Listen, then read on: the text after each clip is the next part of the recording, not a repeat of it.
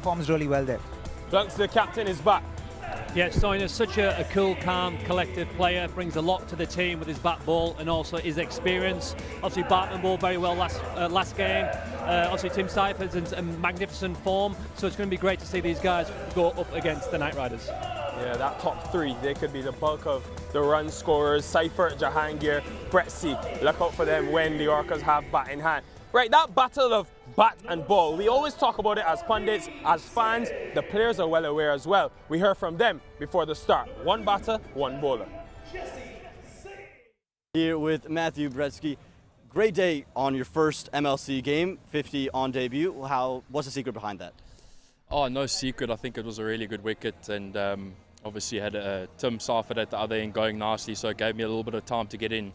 But it was really cool to contribute on my first game. Yeah, you got to win against the Washington Freedom. Early win for you guys, not usually part of the equations. How does that feel amongst the group? Yeah, I mean, our first game we lost, but the energy in the group was really good still. So we carried that over into the next game and got the result. You know, the chat around the camp is not to look too much at the results and stay quite close-knit together. So the mood in the camp's really good, so which is awesome. Well, let's see if that carries into today's game. Good luck today, mate. Thank you. Here with Carmi le Roux. Carmi, new colors for you, pretty in purple, eh? Yeah, I mean, obviously, yeah, great to be in a new space. Yeah, meeting everyone, just interacting with the coaches, the new players. Yeah, it's been really good. Yeah, first game out, had a decent day with the ball on a track that wasn't favoring the bowlers. What's the secret out there? Oh man, yeah, I think it's an absolute gun of a wicket. Yeah, I think that hard length is really good. I think like we've seen over the past seasons, I think hitting that hard length is a little bit tough to score on. And then obviously those changes of pace. And I think just playing with the dimensions of the field, there's obviously always a big side, something with the wind. So I think just taking that into consideration and using that. Well, go well today, Carmi. Thank you. Appreciate it. Nice to hear from the two with South African roots as well. Liam Pluckett, you spent some time with Carmi le Roux at the Unicorns last year. But as we gear up, as you can see, players getting ready behind us, getting ready for this special Sunday. What do you think, each of you, most important factor to teams winning on this Sunday? I think it's taking momentum from the winning games. As you mentioned, Carmi, it was a different role for him. He bowled more in the middle with his cutters, so it's going to be interesting when he gets that new ball, if he gets a new ball today or not. But I think it's just being confident, bring that winning streak across to this game today. Robbie, for me, I think if you're batting first, you want the extra cushion.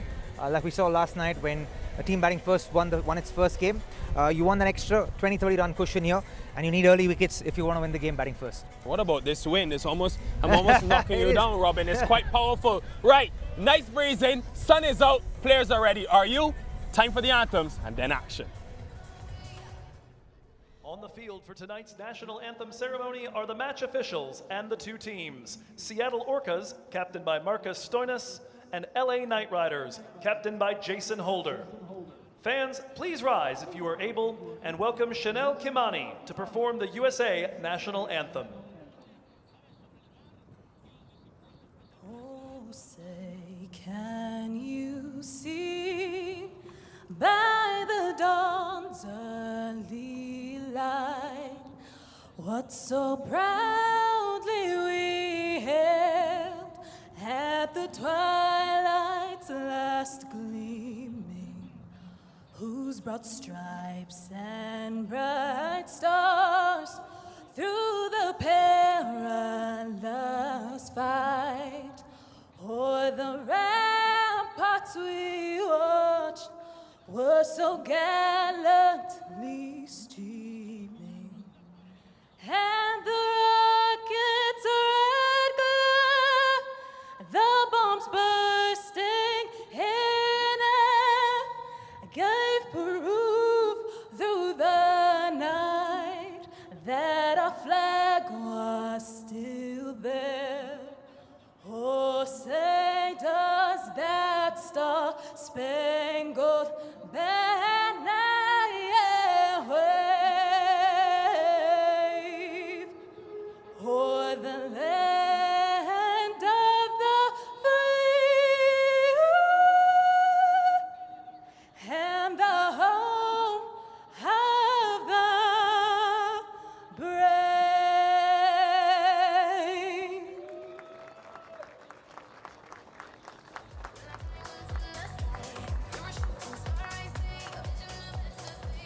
Wonderfully done. by Chanel Kimani. What a range. And her voice, Star Spangled Banner to get us kicked off for Cognizant Major League Cricket 2026, match number 6.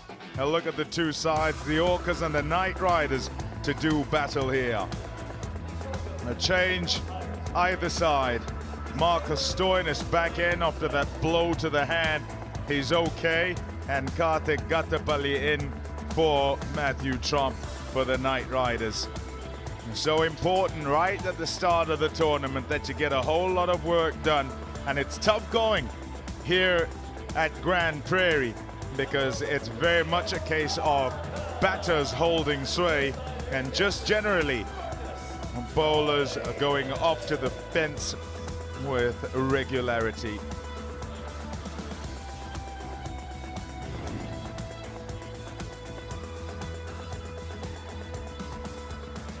Captains influence their teams, the decisions they have to make, and how they utilize their resources can be telling in the way of victory or defeat. Number 82, Carmi le Roux. And number 72, Andre Fletcher. Welcome to you wherever you are. Cognizant Major League Cricket season number 4.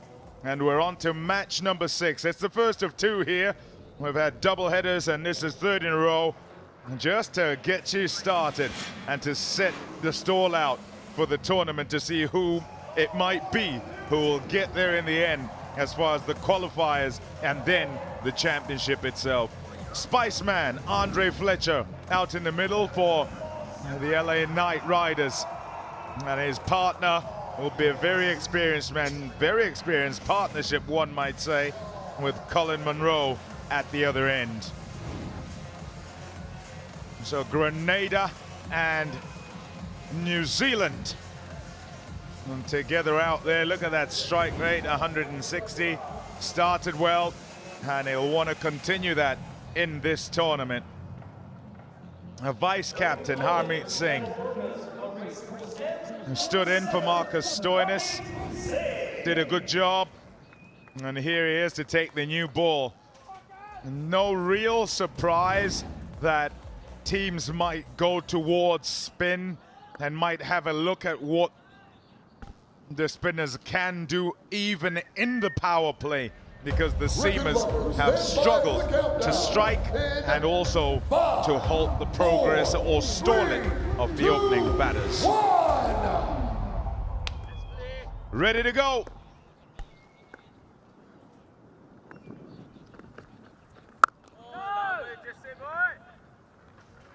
Good afternoon to Robin Uthappa.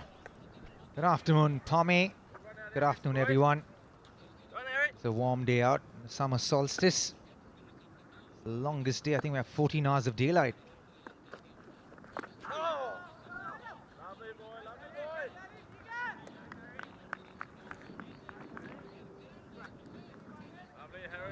So often I think that it means the day is that much longer. It feels like there's 28 hours in it. For the amount you sleep. It might be true for you.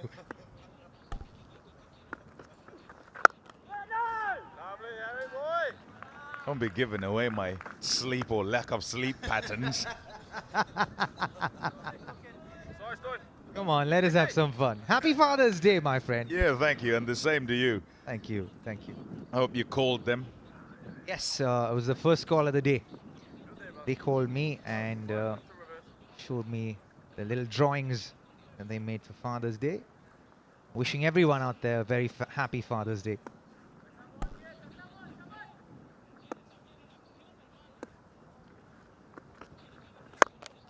Oh, through the hands. And it's away for 4. So close. It was there to be taken. I don't think he anticipated it. Be ruining that chance if Munro gets going in this game. Pitch right up. Ball moves slightly away. You can see he didn't anticipate it. It's more an afterthought.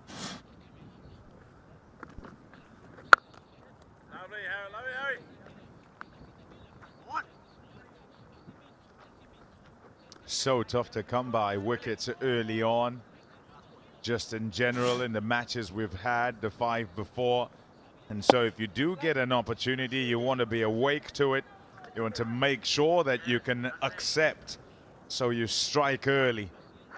Yeah, disappointed there. Harmit Singh didn't react in time. They're not easy, but he'll feel he could have done better with that. Oh, yeah, absolutely. Especially against an experienced batting lineup like LAKR, you want to be able to get those early wickets.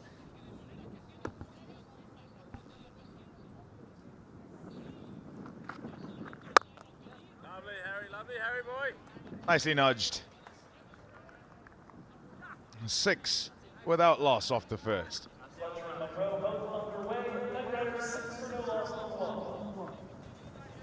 Lovely day. Bit muggy out there. But rather hot than cold, I say. I don't know what you prefer wherever you are. It's a good day for it.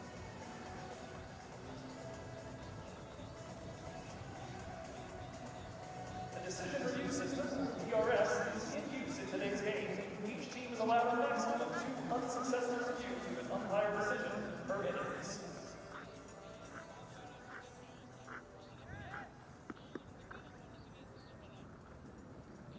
Opening the bowling at the river end for the Seattle Orcas, number 2, Jesse Singh. Yeah, view of Lone Star Park there. Wonderful precinct this. Here's Jasdeep Singh.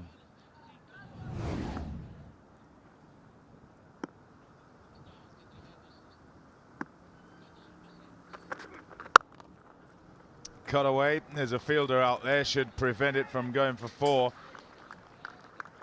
Yeah, quite lucky. Jesse Singh, because that's short, wide as the first delivery. In asking him about his hand, that's just for protection. He says it's okay. I'm sure there will be a bit of pain because he did suffer a rather hefty strike, enough to miss their previous game. Yeah, luckily, it seemingly hit the fleshy part of the thumb. Yeah, and you always want to err on the side of safety when something like that happens in an important tournament like this. Lovely shot. It's well fielded. Excellent movement by Harmeet Singh. Tell you what, Harmeet will be anticipating every ball now. He's one of those individuals who likes a battle, who likes to get in there and likes to contribute to his team's success. You can be sure of one thing: after that drop catch, his tail will be up and he'll be wanting to contribute to this team.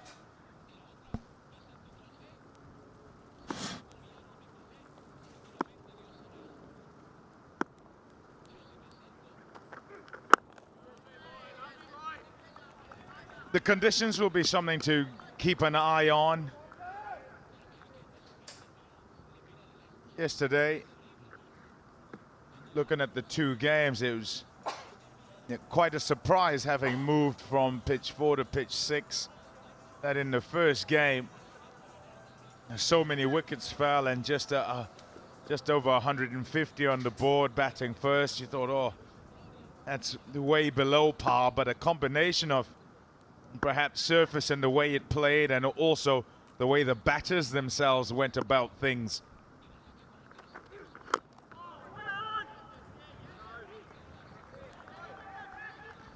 Nicely bowled that from Jasdeep Singh.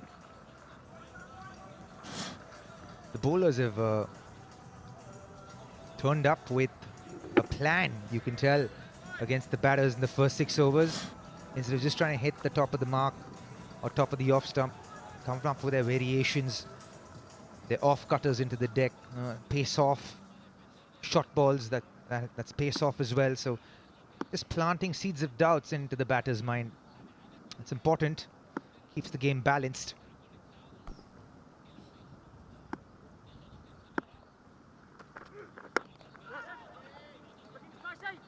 Oh, will take some stopping, will it? Oh dear, missed it. took a swipe at it. I think that's Breetzke down there. Probably in the end didn't need to dive at it. Doesn't make contact, away it goes for 4. Yeah, that's rare from Breetzke. One of the better fielders, I'd say, in all of South Africa. So for him to have actually let that go, yeah, it's very rare. A couple of misses by the Orcas. 2 overs.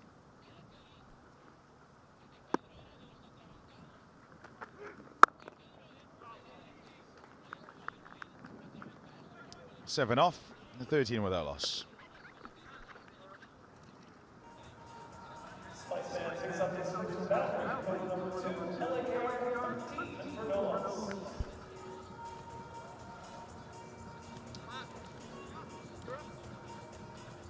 Spiceman, Andre Fletcher and Colin Munro together.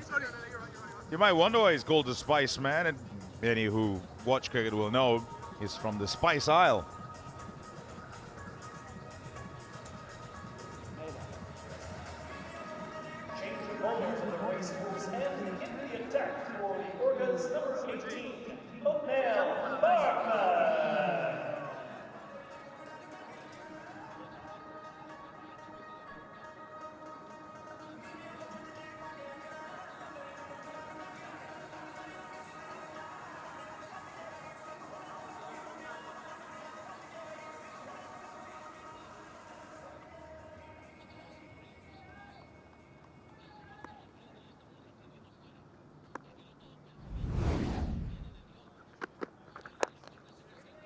Nice shot.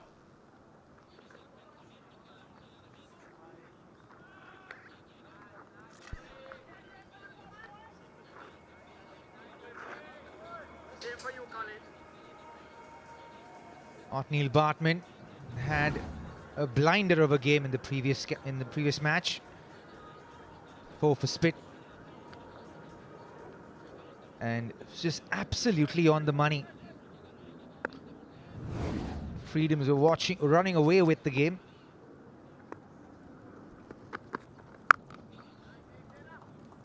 Yeah, looking to attack now.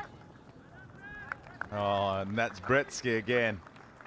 You might not really be able to see it, but there is an intentionality with that piece of fielding. Both hands, don't try don't try anything silly. Make sure of getting it in the hands, having missed the previous one that he ran after. Yeah, it happens with the best of us.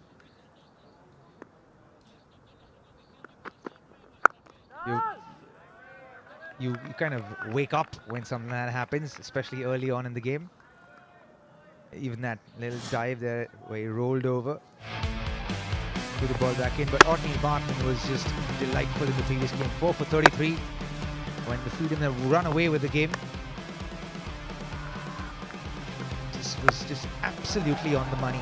Top of off stump all the way. Yeah, he's a wicket taker. In this format, just strikes and strikes every single time he plays, just about.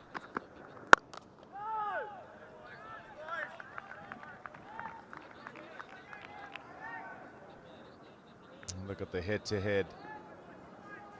Seattle Orcas. So 1 behind. They're looking to try and level that.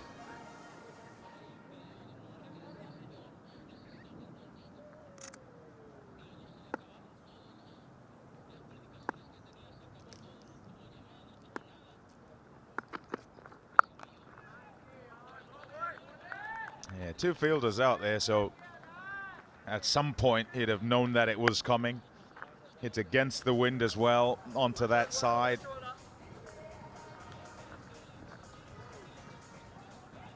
Well controlled by Munro that time. It's a fairly good plan against Colin Munro, who plays the pull shot really well. So to have him hit against the wind with 2 fielders back there, fairly good, decent plan.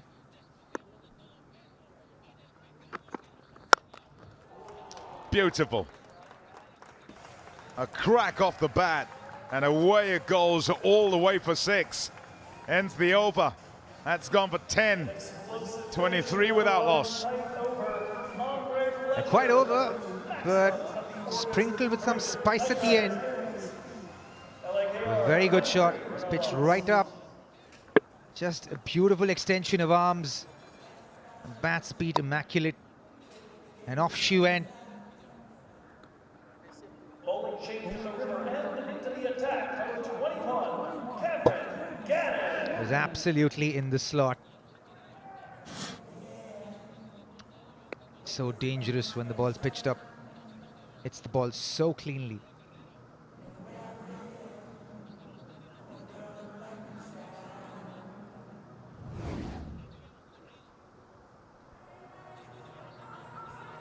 Cameron Gannon. Economy rate just under 9.5. He's not started particularly well this season. He'll be looking for a better performance, more economical. And I suppose you don't mind if you're not being economical but taking wickets, which is what happened with him first couple of seasons. He got quite a few. I reckon they'll put him under pressure. Because the receiving end of Mitchell Owen in the previous match went for a lot of runs and came back fairly decently in the second half and the back end of the innings. But I reckon this is a tough over for him to bowl, because this is the over that the batters will go out there and try and get as many runs as possible.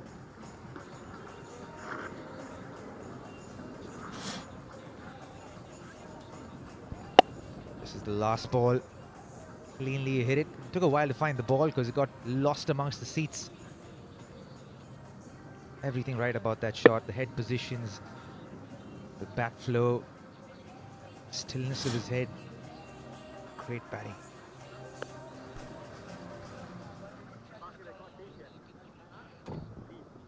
It's a somewhat circumspect start, but the expectation now with the second half of the power play is that they'll tee off.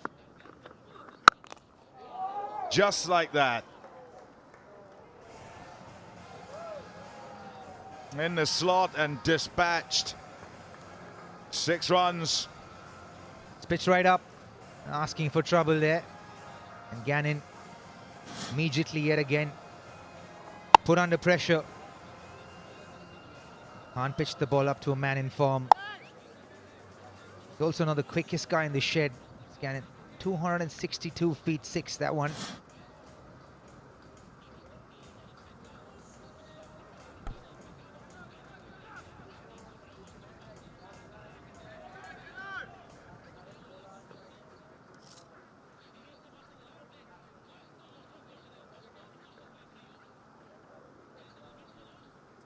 I've liked the control here, and you'll hear teams say play the conditions, have a look first of all. I think it is important.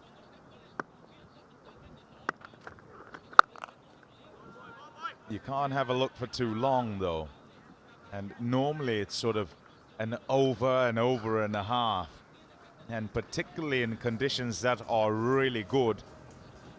And the opening batters, should they each still be there after 9-10 balls, will have kind of decided that it is a pitch where they need to take down the bowlers, and then must do so, be aggressive with great control, but make sure that they're using the power play.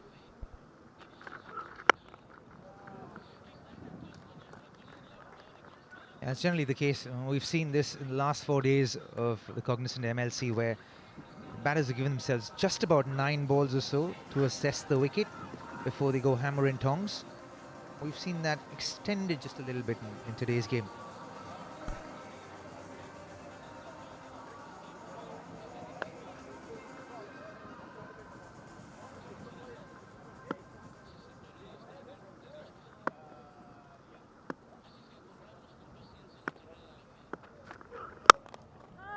Yeah, nicely bowled. Right up in the block hole. You spoke of plans from bowlers. And when the patterns are evident It illustrates a predetermined retort to an onslaught that certain bowlers might have. Sometimes you see a pattern straight away. Think back to yesterday with Trent Boult, who seemingly ran up and just about every ball he bowled was right up in the block hole looking for Yorkers because of how good the surface is.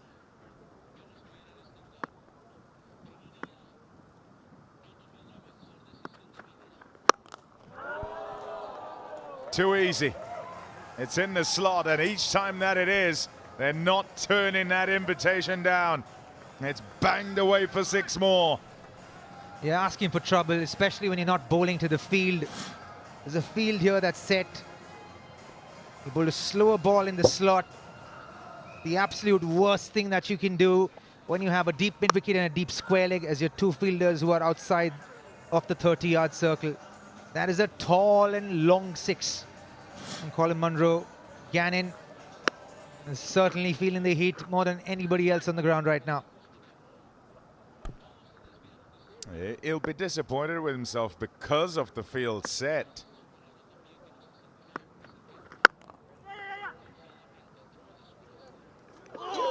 Oh, didn't expect the throw to come in, I don't think. Wonder if he might have made his ground had that hit. 4 done, 38 without loss.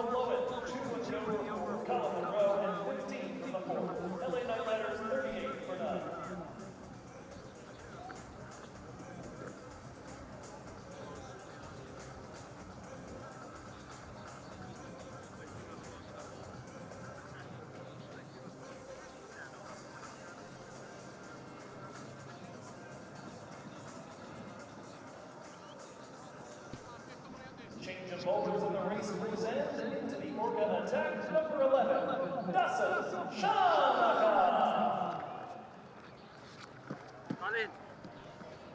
Lovely day at the river. Grant Perry and Dasun Shanaka, after picking up 3 wickets yesterday, 3 for 44, so was expensive. Now he's going to bowl a power play over 2 big overs to come in the Lexus power play, especially after this 15-run over and a narrow missed chance. Liam Plunkett. Good afternoon. I think this is the best time to bowl, to be honest with you.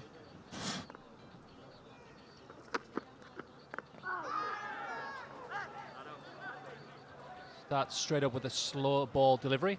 I think that's the right decision on here. We seen yesterday during the afternoon with the Unicorns game, the wicket did grip a little bit. It didn't come on as much. So we're going to be interested to see how the Orcas bowl here in the back end of the power play and in the middle overs. I just wonder, Liam, if by tonight, obviously TSK, MI New York tonight, we've always seen captains wanting to chase and bat last on these pitches. I actually wonder, since the second day on this, the sun is so hot, scorching. Captain might think maybe later on, let's get a bat on it first up. Hope that as we go in deeper into the day, it gets slower, maybe brings pace off into the game more. 2 slower balls from Shanaka, leg cutter. Completely foxes Munro.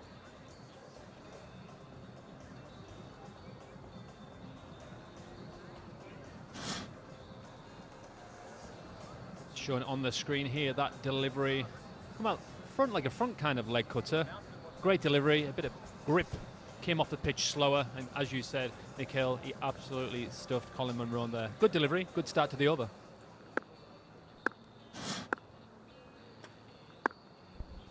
Deep mid-wicket, deep square, outside the circle. Well judged, nice manipulation of the field, and 4. Right idea, but just wrong execution. He went to go into the pitch. I think he just lost his line and bowled a little bit of width there to Colin Munro, who's not going to miss out on that, and puts it over like a wide gully for 4 runs. I think it was just the line of the execution, especially with them fielders back on the leg side, which is the left-hand side of your field. Wrong ball, but just a wrong execution, which obviously happens when you're playing cricket.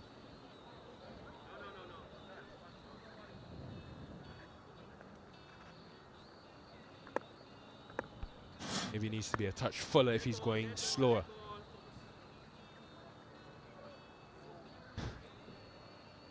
I think, who was that? Jasdeep Singh was signing some autographs. Didn't get back in time, so. Earlier on when we were doing the pre-show, it was a little bit windier today. Do you think that's going to obviously help the bowling team today, Miguel? Your thoughts? Yeah, I've got to keep an eye on it because the wind has changed direction from usual way. So definitely bowlers will want to use that, especially later on. We saw when the Knight Riders bowled to the Unicorns, they used the angles well and were able to contain them in the back five. Absolutely. I think playing on whatever ground you play on, as a bowler, what angles do you want to work with? Which part of the field do you want to bowl with? Which part of the field, and how does the wind assist as that extra fielder? I think the Unicorns did that well yesterday, as well as also the Orcas finished off really well yesterday. They executed well, used the field, used the angles. So hopefully they can continue that today. And they've started well here with the Shanaka. A beautiful first 4 balls, apart from that 4, which is a little bit wide. But his execution's kind of been spot on through the games. One about that last power play over, you know that they're still unscathed, and you think always that final over of the Lexus power play, batters in the middle come really hard at you, especially if they're set.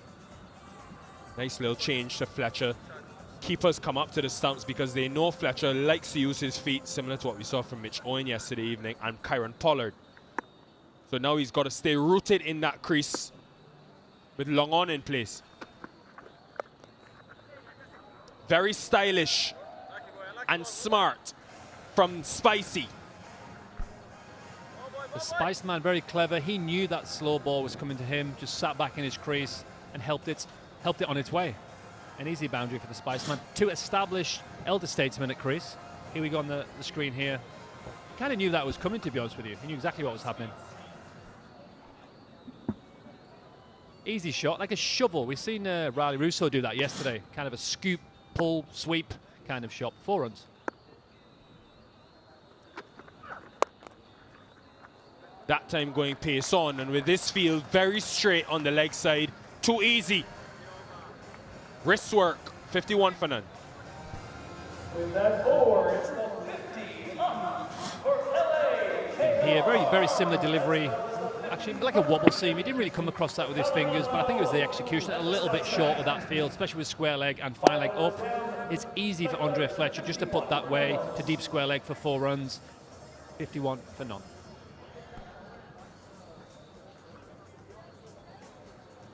Fans, let's take a look at the remotely leading wicket takers so far this season. Peter Siddle with 5 wickets. These two got 70 in that first game in the power play, the Lexus power play. They've already got 51.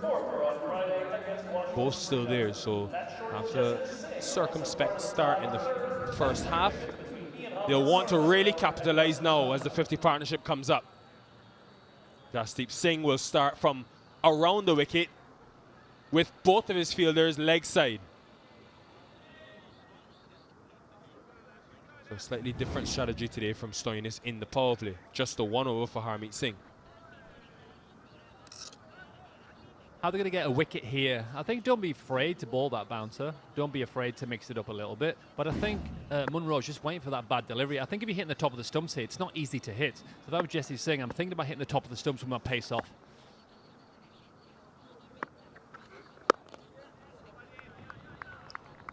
It's often a debate, Liam, where sometimes one aspect for teams can be less contained in the power play.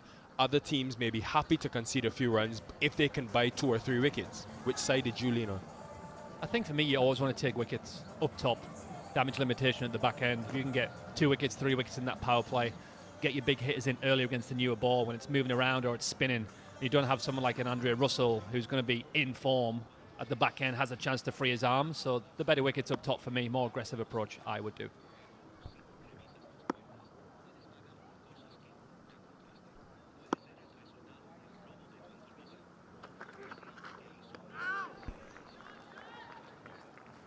Again coming down the track, Fletcher. So a nice change of length from Jasdeep Singh. Saw him coming.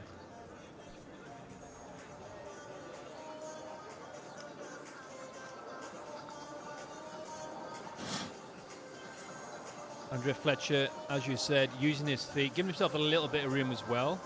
Did get a bit of bounce there. Hard length into the wicket. There's still a little bit there. I think this is the hardest time to bat. It's still a good wicket, but I think in terms of your Jesse Singh running in here, make cross seam, wobble seam, smashing that pitch, there's a chance of breaking this partnership. Both fielders leg side. Nice execution. Fletcher digs it out. Remotely speedy delivery as well. 85 miles per hour. Looks in nice rhythm here, Jesse. Loves his elbows, running in like an airplane, taking off. Very athletic, running in here, smashing that pitch. He looks like he's in good form today. I think it's hard to bat, as we keep mentioning. I think if they can get through this power play, but maybe with a pole would be great. If they can take one wicket here and get a new batsman in for the start of the middle overs, I think that would be crucial for these guys.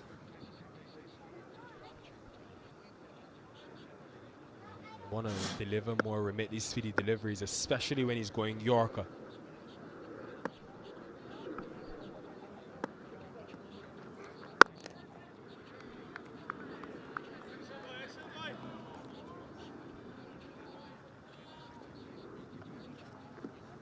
Especially when you think, Liam, about last season and this Knight Riders team, where they had the inconsistencies in the opening partnership. They would lose 2 and 3 wickets, and then it would expose the Rovman Powells, the Jason Holders, Russell in earlier. If these two can bat maybe, or your top 3 bat 10 to 12 overs, all of a sudden, different proposition for later on. Yeah, 100%. I think I'm bringing Munro into this team with his experience and the way they're playing now. They're playing different to how they were playing on the night. I think they're seeing an access in the pitch here, playing it. It's a dry pitch. Let's execute the power play. 10 and over is still a great score on here. Crunched. My word, that was hit hard. He does hit the ball very hard. I've been on the end of it a few times myself. The Spiceman does put his blade through that ball. Kind of bread and butter for him. He's just waiting for the ball. An easy shot to half volley. Jesse's missed his length there. Tiny bit full. But going back to the point here, I think these guys are playing this very smart. This is a great partnership. They looked at the pitch yesterday during the afternoon. It's hard to bat. Let's get through this. But 10 and over is an outstanding score. The platform for the Holders and also the Andre Russells and the Ryans at the back end, you get a big score on a difficult pitch to bat on. Difficult. We see the importance of wickets in hand in those last 5 to 7 overs, so that will be a consideration as well. Problem is, you don't know how much is enough. Setting a total. Another safe cricketing shot. End of the Lexus power play, 58 for none. That concludes the Lexus power play. Up to 5 fielders are now permitted outside the 30-yard circle for the remainder of the innings. LAKR taking advantage of the fielding restrictions to put 4 correction, 6 forwards to the boundary and 3 maximums over it. A very evenly split 50-50 partnership to guide them through the first 6 overs. 58 for no loss.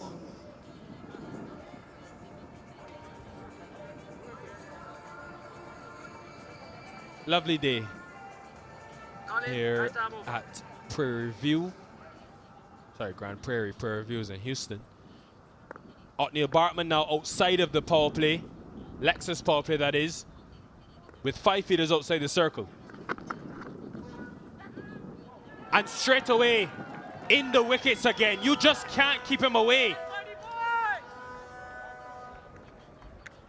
Big, big wicket. Smart bowling by Bartman. That was 76 miles an hour. I think it was pace off into the pitch. Just looking on the screen here, I think he's rolled his fingers across that. Yeah, good catch in the end by Harmeet Singh. A great wicket, as you said. Wickets and wickets and wickets. The guy just keeps taking wickets. Colin Munro started off really well there, 30 from 22. The Knight Riders are 58 for 1.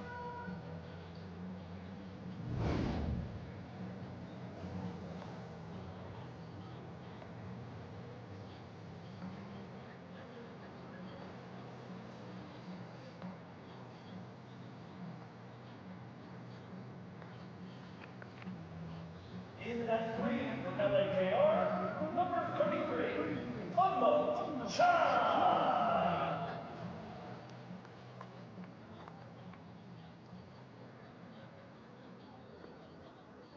Unmuk Chan in at 3. Didn't see the full exploit of him and his skill set in that truncated game. They needed quick runs, so he was pushed down the order, but saw him last year and his value being that rock. Showing the wicket again, excellent delivery, great line, great length, rolled his fingers across that, which made it hard for Colin Munro to get a full blade across it, which obviously then just trickled, not much power behind that, straight to Harmeet Singh for the first wicket in the innings. 350s last year for Chan, batting at 3, over 300 runs as well. What a beauty that is. To your point, I think Unmuk Chan, it's a great opportunity for him in the middle. His strike rate's not as high up top, and I think that's what he'd like to improve on. But I think on this wicket here, he can take his time, give the strike to Andre Fletcher, who's obviously in a good spot.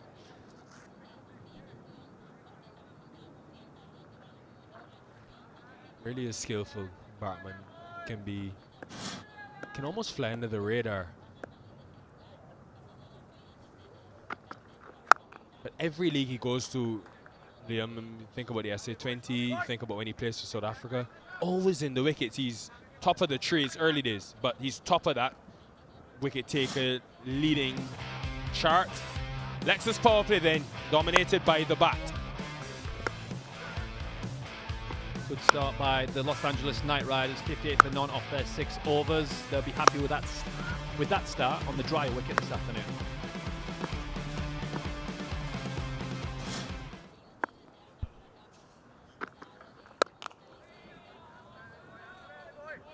This year, Liam Plunkett, Bartman, we talk about the strike rate for bowlers.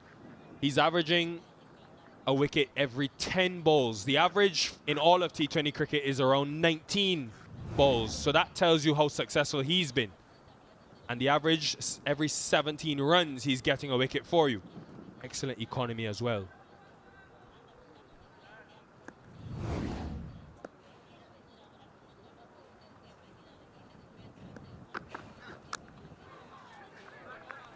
May have been cross seam. Yeah, Bartman's outstanding. Them stats on screen show that. And it's not like he's picking up wickets. He's obviously very skillful. He also might read the game. He knows the batsmen he's playing against, the strength, the weaknesses, and that's how people pick wickets. They know where to put the fielders. Bentley leading wicket takers at 6. Peter Siddle, 41 years old. He's up there as well. 4 fast bowlers. You happy?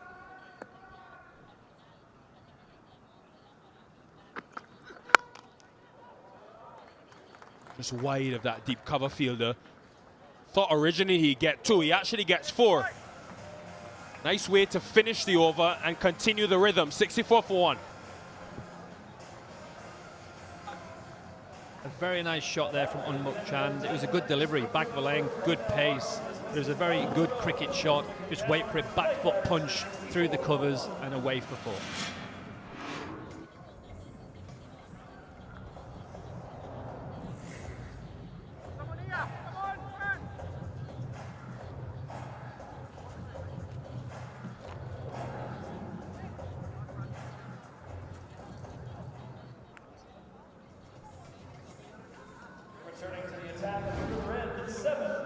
Well, we know cricket is a game that spreads across families, but it also spreads across generations. And over to my right, I've got maybe the perfect epitome of that. I want to start with grandfather over here.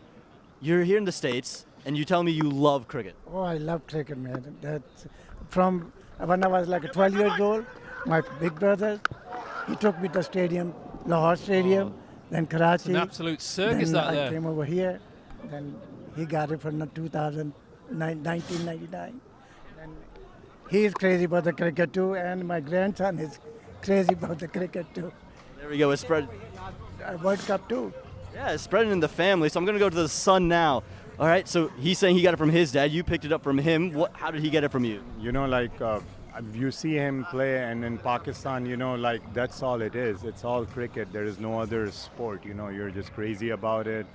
So I moved here in '99, and since then, you know, like I used to play hardball in North Carolina, but then I moved here. My son was born there, he wasn't that much into cricket because that's not what his friends does. They play basketball. But we went, same thing we brought to the 2024 World Cup.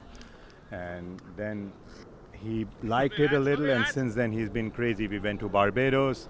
We've been to all MLC seasons. This is, I think it's the third season, right? I think the first season was the 2024 when the World Cup happened. So we are here again for 2 games, you know, so it's our annual thing now. We come to watch MLC. I come with my younger son. He's a special needs child, so he doesn't want to be here, but he's also sitting with my brother back there. Yeah. That's incredible spread. And then I go down to the sun as well as we see another boundary struck. 2024 World Cup, you fell in love with cricket. What game were you at when you came to the World Cup? USA, Pakistan. And so who are you rooting for? I know you're in the States. I know you got Pakistani heritage. Who were you rooting for? I mean Pakistan. He was wearing a USA jersey though.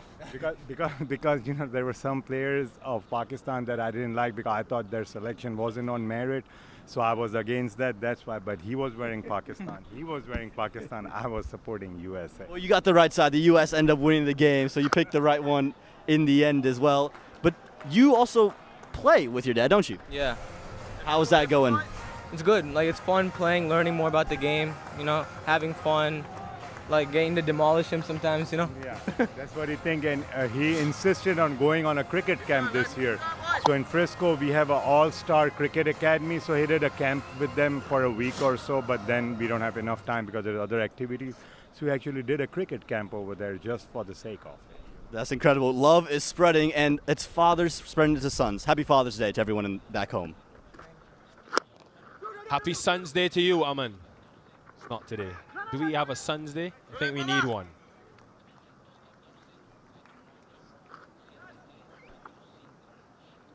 Couple of nice strokes though in the interim from Unmuk Chan. The sweep and then going inside out through cover in front square. Want to maintain that tempo that Monroe and Fletcher set in that Lexus power play. Catch! Oh, Fletcher boy. Actually, a lovely start from Unmuk Chan here. We were just discussing this, how he needs to up his strike rate, and that's what he's done. He's played some safe shots, some great cricket shots, and he's helped Fletcher, took the pressure off. 75 for 1. Struck at around 125 last season with the 300 runs. More intent. Cognizant MLC match day 6. 76 for 1.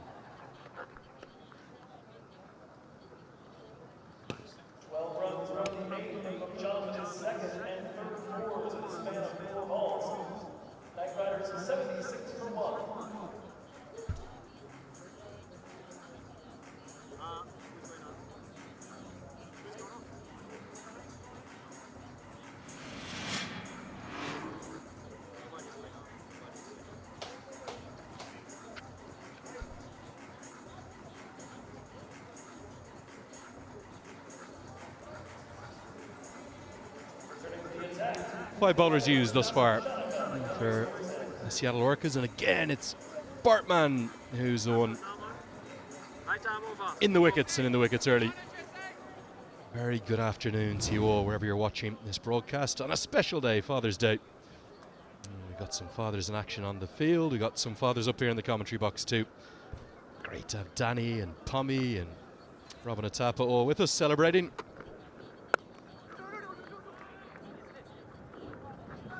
To the immediate call. Slight mix-up, could be a chance. Oh, direct hit would have been gone. And would have been gone for all money. In fact, even if Dasun Shanaka could have got back to the stumps, I think he could well have affected the run out. Anika Kolan, action to start with for you. Yeah, definitely a big blunder over there with the Orcas. And that is what I would say would have been gone by a mile there. Barely even in the screen. Barely even in that screen. And disappointment, I'm sure.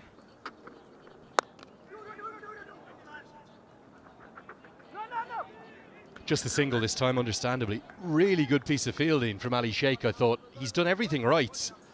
The thing that's gone wrong for me, for the Orcas, is Dasun Shanaka here.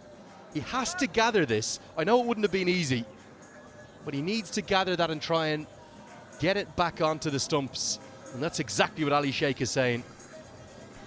Yeah, just trying to get himself in a good position where he can collect it behind the stumps, but just got into a little game of twister over there.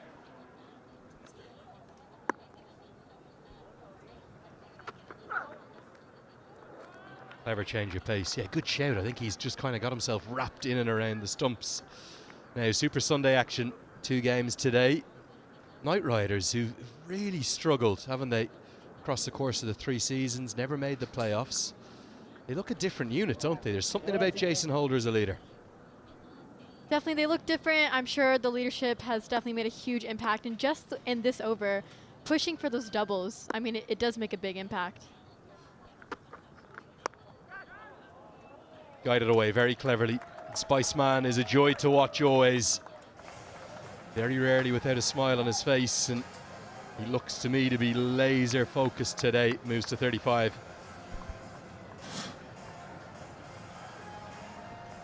Yeah, just merely guiding it straight into the gap, nothing to worry about, and, you know, save your legs right away. On a day like today, you need to save your legs. Just wonder, could it be the hottest of the days we've had? 4 match days thus far. Certainly feel as though the temperatures are on the rise. What are we looking at today here in Dallas? I'll know the Celsius. Give me the Fahrenheit, Anika. Probably about 95, but feeling like 105 out there, isn't it, Lenny? Building up quite a sweat in those 5 minutes I was outside. I'm sure the players are going to have to get those electrolytes in. Now, I know I want to keep watching you play for USA Women's National Team, but maybe not just the commentary. Could have a future there as a meteorologist, I reckon. That was just rolled off the tongue. 95 feels like 105. Just got to be brutally honest, don't we?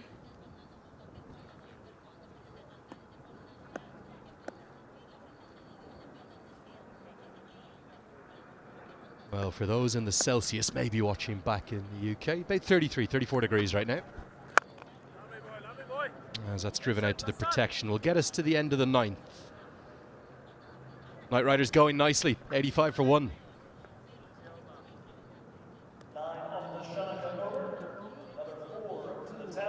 Beautiful scenes here in Grand Prairie. We do have a good amount of people in the crowd so far. Even in the crowd, they are there in the shade, taking cover. But quite a show the LAKR and the Seattle Orcas are putting on. A good over so far from the 2 of them. Just getting a dot in, getting a boundary in. Got some bit of action from that twister run out almost over there. And now we see Ali Sheikh into the attack.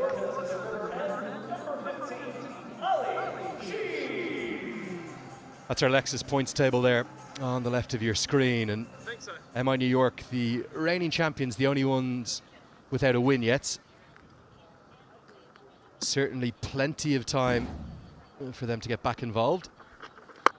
As Ali Sheikh comes into the attack and immediately strikes. Simple catch held by Harmeet Singh. Unmuk Chand looking to go down the ground and attack Ali Sheikh from his first delivery. But all he does is hold out.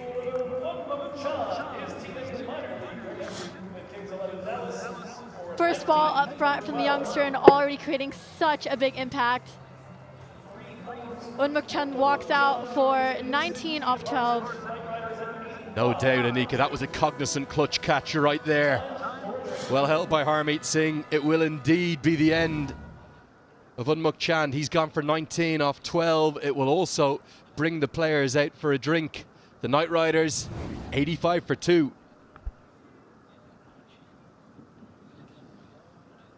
Big moment in the match, right on the brink of the halfway stage of the first innings.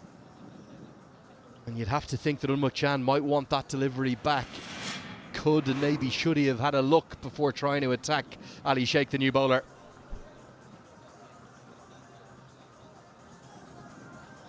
Yeah, definitely not a good feeling as a batter when you're going to have to take that drinks break just a little bit earlier.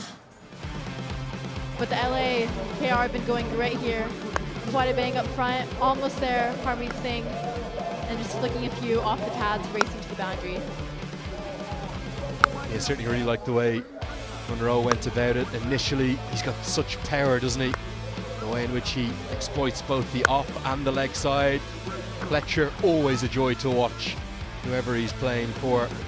Carmi Singh has been the man who's taken the 2 catches. Otniel Bartman into the wickets, dismissed Coleman Rowe for 30. And then despite Unmuch getting a few lovely drives away for boundaries, he then holed out as Ali Sheikh has his first ever wickets in Cognizant Major League Cricket. Special moment for the young man. Certainly someone who works so hard in his game. Has had those opportunities, limited albeit, in USA colours, 7 matches, mainly in that North America Cup that was played in the Cayman Islands last year. But great to see him firstly being entrusted by the Orcas and now getting the reward as well. Special moment for that young man, the 6th bowler to be used.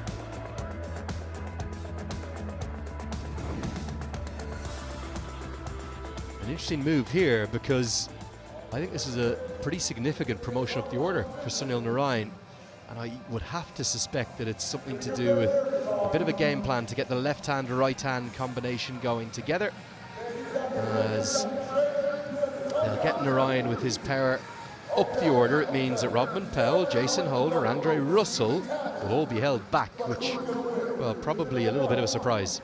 Yeah, I wouldn't be surprised to have the experience of Narayan out here on the pitch right now. Definitely something that would want to get a partnership going just at the 9 over mark right now, and I'm sure LA knows they have a lot of work that they want to be doing here.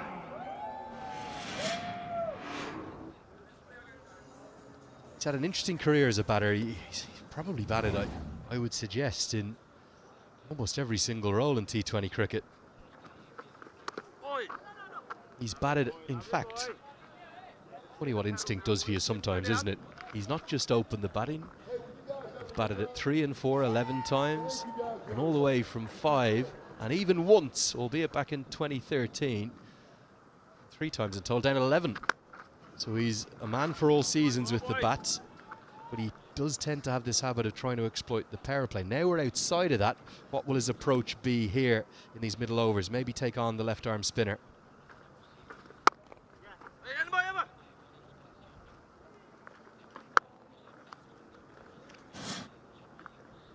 Ali Sheikh, so young, but bringing in such a big impact for the Orca side here. I'm sure for the rest of the over, he's going to be carrying on this confidence, because getting the prize wicket of Unmuch is not something that is easy to do. Really good here from the Orcas. He's a good all-round cricketer, isn't he? Can you tell us a bit more about Ali, his journey? West Coast kid? Moved to Texas now, is he?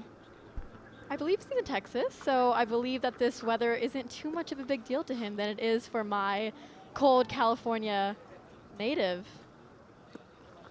Yeah, certainly training really hard. Now the tactic is get the left-hander after the left arm off spinner, but doesn't quite work there. Halfway stage, LA Knight Riders 87 for 2.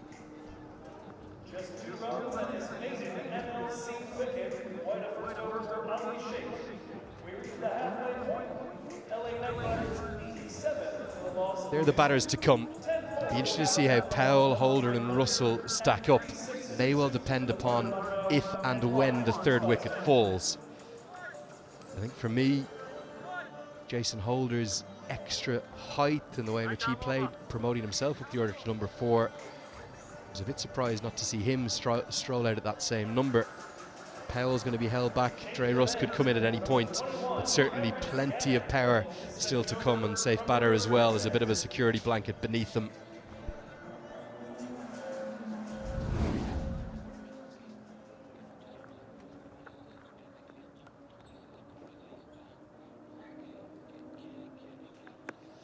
Cameron Gannon is going to return for his 2nd over. Change of ends for him.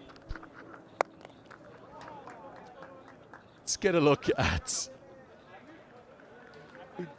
Andre Fletcher so far and what lengths he's been looking to attack.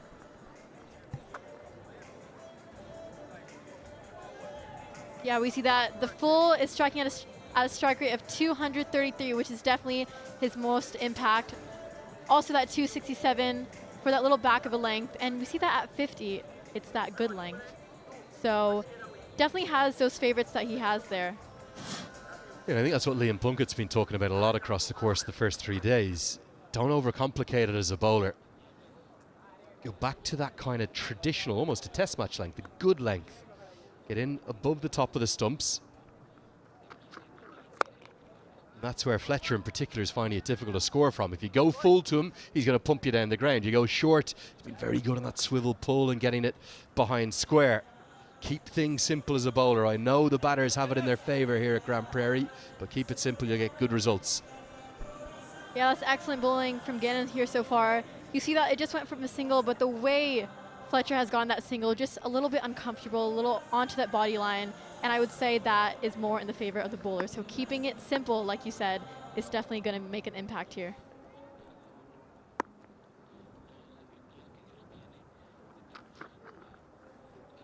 Got to give credit to the Orcas as well for keeping faith with Gannon. Travelled around the park more than a touch in his first 2 appearances against Texas. 1 for 55, against Washington, none for 50. And his first over travelled 2. It's a good captaincy, a good show of faith from Marcus Stoinis and his big, tall, strapping Australian-born fast bowler. Yeah, and a similar trend that we've been seeing is just using that pitch and getting those variations out to trouble the batter just a bit more.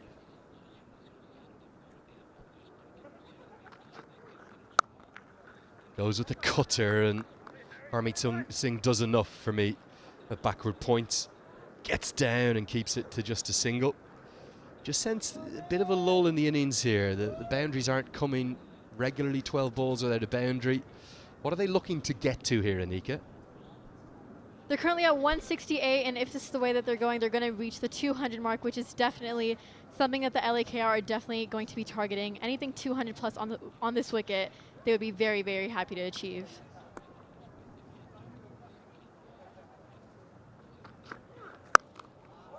Nicely picked up by Sunil Narayan, and that goes many a mile.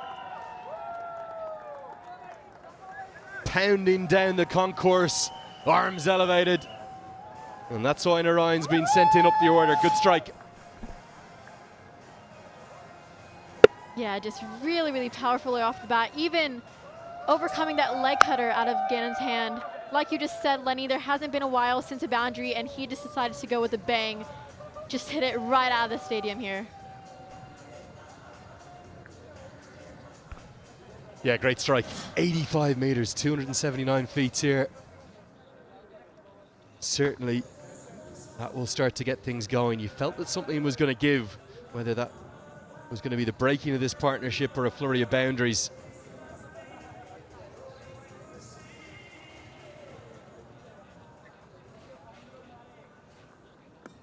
Do feel for the fast bowlers here. Even a fraction off, you're going to go the distance. Protection down there, it'll just be a single. Hetmar does the fielding, 11 bowled, 97 for 2.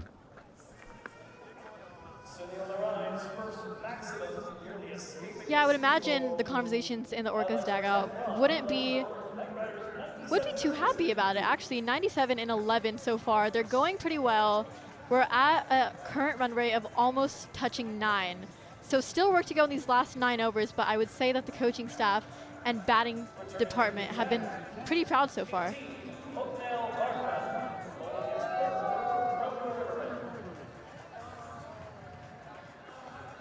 Well, he's had a change of colours, hasn't he, since last season? He was the head coach of the San Francisco Unicorns in 2025. He's come across as the team mentor this year. Shane Watson, iconic Australian all-rounder. DJ Bravo's been retained as the head coach, though, of the Knight Riders. Miss Gibson there somewhere as well. He's the assistant coach, and you got Ibrahim Mohammed from Trinidad as the fielding coach too. Great to have Watto here again. Loves his time in America. Has really enjoyed it. Bartman returns to the attack. He's been really good so far, hasn't he? Probably maybe the pick of the seamers across all of season 4 of MLC. Yeah, no doubt. In every single match that we've all seen in the season so far, Bartman has definitely made his impact. Always coming in at a time where it's difficult to get those wickets and you see your partnership brewing, but you know, Bartman always finds a way through. Yeah, crowd starting to build as well. We're expecting a really big crowd this evening for the floodlit game. Oh, beautiful. Really, really beautiful noise off the bat from Sunil Narayan. 6 more, his second maximum, arms aloft again as the Knight Riders flags fly at Grand Prairie. Yeah, you asked for a count, that's exactly the way you would like to greet him. 6 straight out of the middle, just hitting that side screen for a maximum. Yeah, just straight into the advertising hoardings there. And a punch of the gloves to go with it. Partnership all of a sudden starting to motor. Much more like it for the men in purple.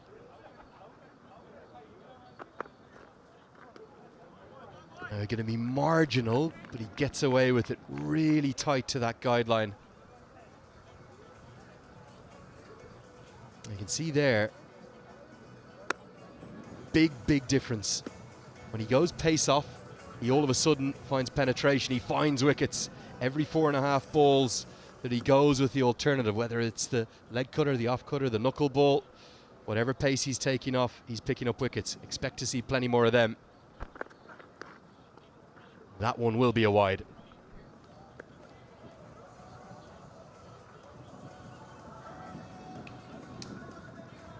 Yeah, keepers, I mean, they're not the one doing the bowling or the batting right now, but I think they're going to be one of the most unsung heroes here on the wicket. There's so many angles and so many important things that not every single person on this ground here can see. So honestly, I believe they're making one of the biggest impacts in this whole entire game. There's no bias there either from you, Anika, is there, being a keeper yourself? Do you get some kind of a signal sometimes from the bowlers in terms of when a slower ball is coming, and do you then maybe try get a step up to react to that? Because often fielding or stopping those slower balls as a keeper on the first or second bounce can be quite tricky. Yeah, it'd always be great to have a signal. You're not going to have it all at all times, but you're just going to have to adjust whenever you can. Sometimes it could be fun though, when I've talked to my bowlers who make some type of sneaky move, maybe touching the earring, hair behind the ear, something fun to, just on this wicket here. So not sure if the Orcas have a signal derived yet, but whatever works, works, doesn't it? Something we see a lot in baseball, don't we? Actually, the catchers obviously drive that. Good Yorker, full, straight, gone, and the fingers up immediately. It's the pace on that does the trick this time. Narayan may be expecting the slower ball, but I think he knows that he is absolutely plumb right in front, and he'll walk off without even considering the review. Just a full ball, right there, the perfect Yorker. Probably taking out that middle stump, and it's probably tumbling down the wicket here. And I would say it's a celebration. Do the Bartman. Everybody, if you can, do the Bartman, 2 rights. Sensational from him, full straight, all over Red Rover for Sunil Narayan. He's gone for 15, 104 for 3.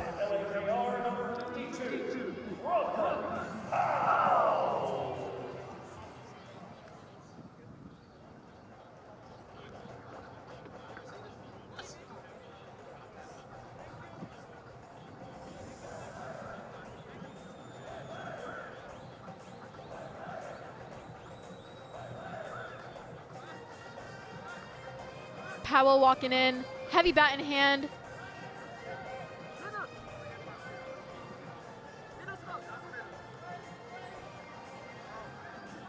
Well, the Orcas very happy, both up in the crowd and on the field. Mr. and Mrs. Orca there they are. As Rovman Powell it will be, not Jason Holder, not Dre Russell yet. It'll be the Jamaican up the order. Career striker at 142. He wants to increase those MLC numbers. Wasn't at his best last year in his debut season. Bartman increasing his lead as the leading wicket taker at the top of that Remitly leading wicket takers chart. The Knight Riders have a bit of work to do. 104 for 3. He's got 7, you can see 7 from that over 104 for 3, 12.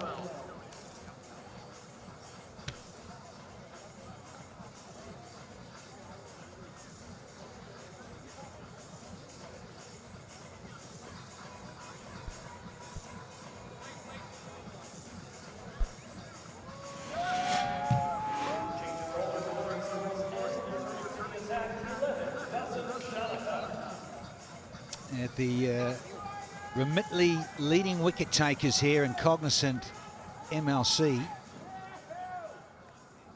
Neil Bartman, not surprising, given that that 4 for 33 just, the other day.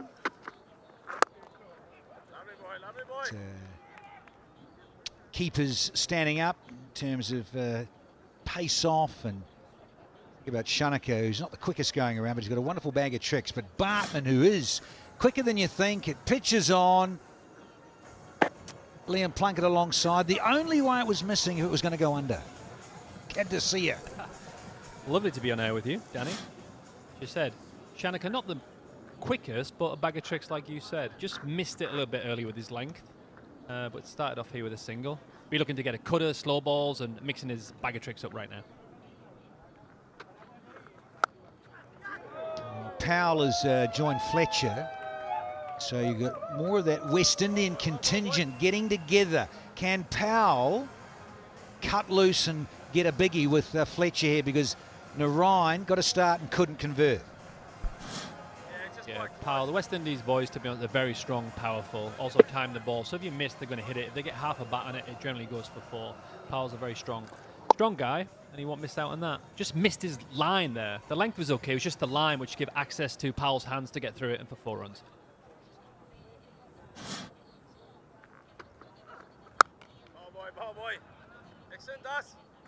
Yeah, the 22 yards. We played on the same pitch here, pitch number 6 from yesterday's doubleheader. Really is. It's almost got that little bit of sheen about it.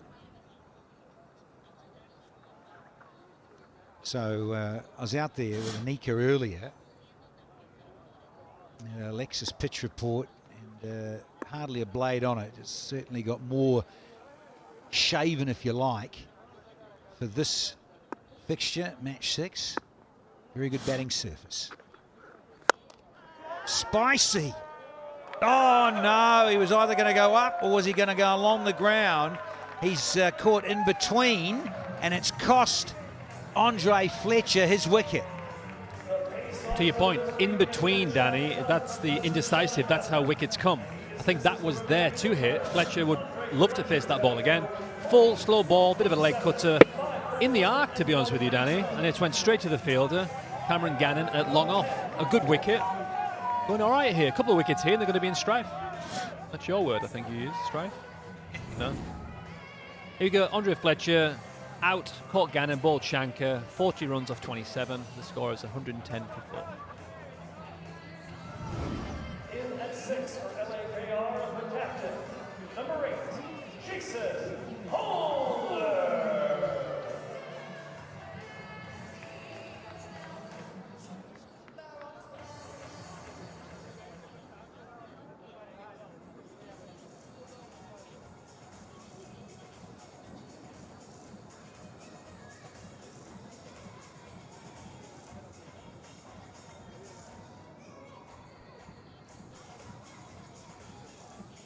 Tall, strapping figure of the captain, Jason Holder, makes his way out to the centre. Going along rather nicely. And 1 for 85 at one stage. Now the skipper, who's very good numbers, Cognizant MLC.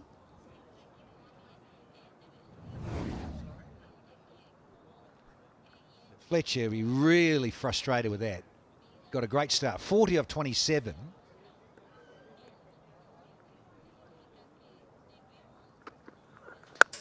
Lovely boy. So let's see if these two, again the West Indian connection, but see a little cutter, yeah, a little slower one, just a little leg cut, just floats a little bit.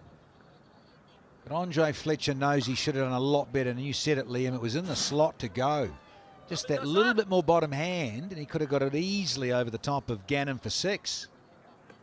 Yeah, a lot slower in terms of pace because of the nature of the surface. Is so good, this pitch.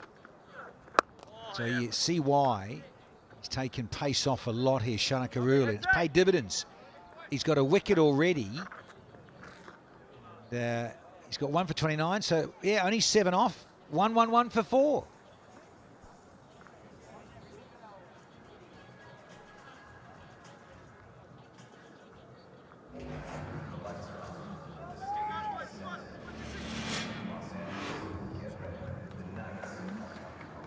LA Knight Riders are currently 111 for 4. We had Munro and Fletcher get off to a good start, and then everyone else has kind of struggled before they get to the 20s here. Back into the 11th, the Seattle Orcas attack from the river end, 15, Ali Sheikh. Well, here with the bowling coach of the Seattle Orcas, Jason Gillespie. Jason, thank you so much for joining us here today. First year in the league, how are you enjoying Major League Cricket? Having a great time. It's a lot of fun here in Dallas, and yeah, beautiful stadium, and yeah, the cricket's been high quality, and it's been a lot of fun. Yeah, third game for you guys, and it's just a short span. How's the recovery? We've heard about the rotation that you guys are bringing through. Yeah, so I mean, short space of time. I think 3 games in 4 days. So you know, we've got to make sure the boys are looking after themselves, recovering well. But look, they're in a pretty good place. So yeah, the boys have been working hard. We had a good camp beforehand in Houston. So we formulated a lot of our plans, particularly with the ball and in the field. And yeah, then it's just a matter of going out and executing it. Yeah, it's a rather new coaching staff, isn't it? Your first year, Adam Vogue's first year with the team as well. How have you guys kind of collaborated to make this group your own? Yeah, it's been a lot of fun. You know, learning from Adam has been fantastic. You know, delighted that I was offered the opportunity to come, learn from such a great coach as him. So it's been good, but all of the coaching staff are working together, and our job is to help and support the players.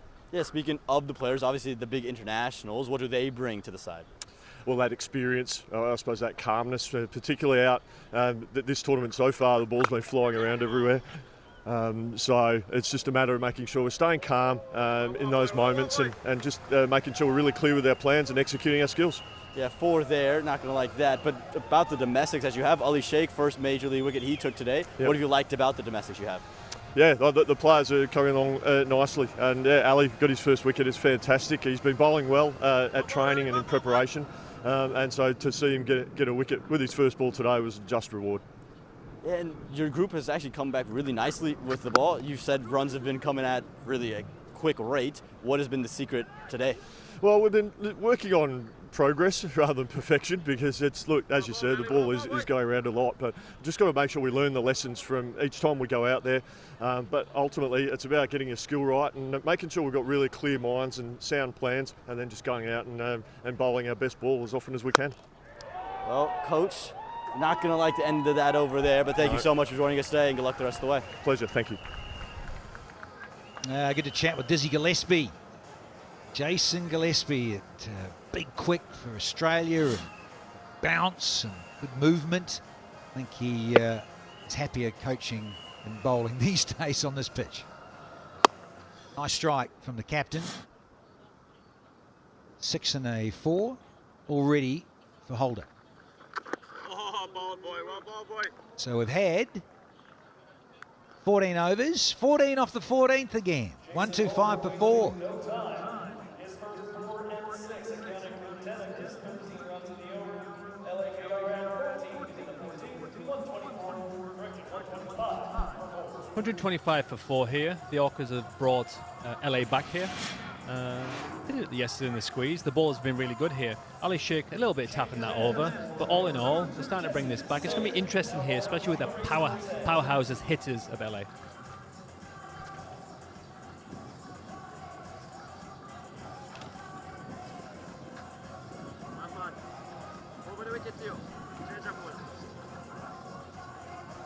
Bartman with a cheeky smirk.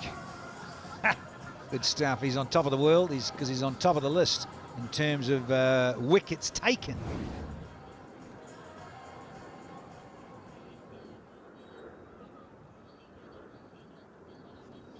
Get those match tickets. Go online. We're off to San Francisco soon. The Bay Area. Extras. And they all help, particularly in T20. Yeah. Jesse's saying running to ball here. He'll have to ball that one again. Full of energy, though. Just trying to probably ball straight to Jason Holder. Have we seen any reverse yet?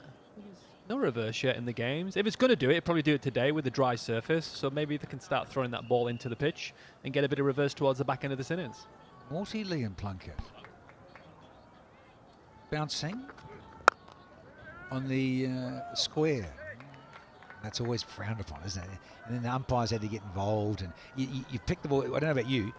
I loved grabbing the ball along the seam, like the seam up, and you would throw it, and of course it would just be nicely skimming across the outfield, or depending how big the square is, and this is a substantial square in terms of pitches, to get it to bounce off there and rough it up.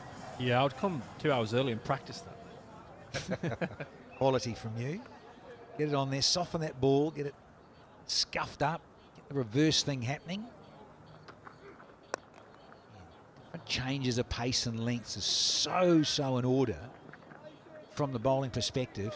Try and keep these guys under wraps. And you're right, it's come under just, well, it's now 9s. It was at 8.5 a moment ago, but yeah, they were going at around 11s earlier. Yeah, Powell and Holder can set themselves here because we know what they can do in the back end the last 4 overs, especially with Andre Russell as well. We know it can score very quick, very big towards that back end. Current run rate is going to take him up to 178.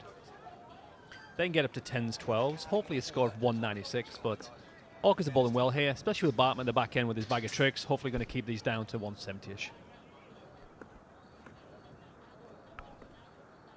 They want to go big here, the captain. Oh, and he can't. Once again, Steep Singh. Smart little cutters and pace off. We mentioned this, Liam. We've still got Dre Russ, Saif Badar. Yeah, those two. In particular, those two. But Dre Russ with all that experience. Yeah, you've probably got 4 batsmen. The 2 guys in the crease now. And the next 2 batters are going to come in. Obviously, Russell, one of the best ever to do it in terms of bomb hitting massive 6s. So a lot of pressure on these 4. Not pressure, but it's on their shoulders to get a big score here. With their powerhouse, maybe they can get to 200. You just don't know. Yeah, got 12s. They'll get to 195 around that. So, yeah, got to step it up a little bit. Certainly on the cards. Oh, another dot. So all of a sudden, the over reads a single, then a wide. And you've got dot ball, 2, dot, dot. Maybe feeling it here, the skipper. Even though there's still 2 to go, all that experience, he doesn't have to be going silly about it, but still he'd love to find the fence soon. This is a bowler now. Do you stick to what you're bowling because you're executing it, or do you change it up because the batter's kind of getting a read on you? So is this where now you're going to bang it into the pitch, take some pace off it, or I'm going to go wide hole because I'm executing? So sometimes as a bowler, just make sure you know what you're going to bowl before you set off on your run-up. Yeah, big delivery this.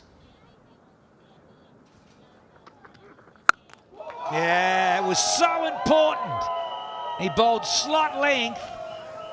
Cognizant maxi for sure. Yeah, that's probably not the delivery he wanted to bowl. It wasn't a Yorker. It wasn't really into the pitch. As your point, it was slot, and Jason's not going to miss out on them. Here on the screen here, a full swing. Great shot from Jason. That's, again, an easy shot for him. Easy timing. That's a massive 6. Huge 6. Yeah, you just could feel it bubbling away. There's 2 dots on the trot, and there was a couple in a dot before it, so you could feel it and sense it. It was certainly on the cards to go big, and he did so well, Jason Holder. Yeah, like what's the discussion now between Marcus Stoinis and Jesse Singh? I think it's what's your best ball. The previous balls you bowled before, apart from the first one, was the full Yorker. He just missed. We got to find that ball. He might not use that ball again. I think it's going to be roughed up by the gravel out in that Texas car park. Well, the other thing, I was just wondering, yeah, they were looking for the ball, but captains will often do this too. They'll just slow the game down. Let's stop the momentum. The bowler breathe. A deep breath and go, hey, listen, it's gone, it's history, can't get it back, it's done. So again, captains will come up to you and say, okay, what are we going with next, Liam? Also, it's not too bad of an over. You went for 1-6 and you bowled a wide. 3 of these balls are dots, which is massive in this time of the game. I think you execute what you did previous. I'm going to bowl hard Yorkers, or you're going to have to go into the pitch. I think it might be too new, to be honest with you. He's looking at that ball. It looks too shiny. I can see the writing on the ball from here, you know, all the way from here, mate. Good eyes, haven't you? Yeah, eyes of an eagle. But I reckon you're spot on because it's too new, and that'll allow the batting side an advantage. So this is what Stoinis, with all of his experience, is about. He said, look, can we not get that other one back? We need an older ball because this is now nearly 15 overs old. The difference between Test cricket And white ball cricket, if you get a ball here as a fielding team, it's got writing on it, yes please, it's going to swing around corners, where obviously the white ball format, if it's got writing on it, this stage of the game, no thank you. I do not want to ball with that. It's too hard. It's going to go further into the car park. And the difficulty here, Cognizant MLC, is that we haven't got a big batch of older balls. You just haven't. It's into a new season. That's what they want. They certainly do what Liam Plunkett's on about. Let's have an older ball. It's a bit softer. Have we got the right? Have we got the one that disappeared? Back. Ah.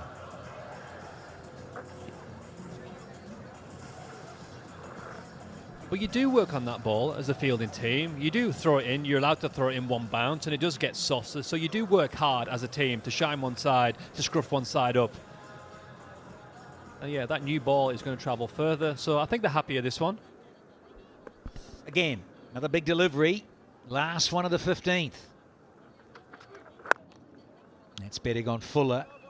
Tucked up into those pads of Holder. 11 off the 15th. It's 136 for 4.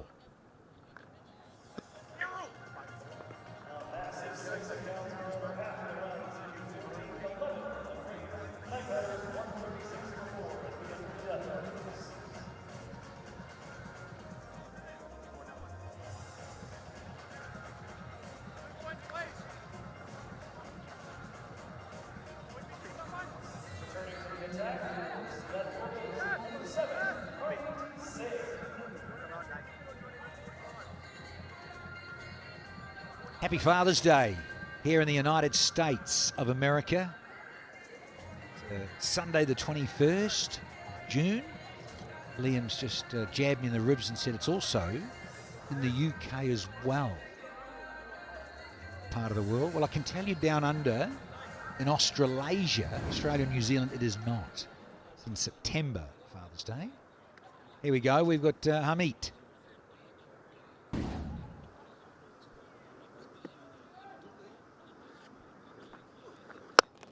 Up, up, and away. Is it? Is it? No, not enough of it.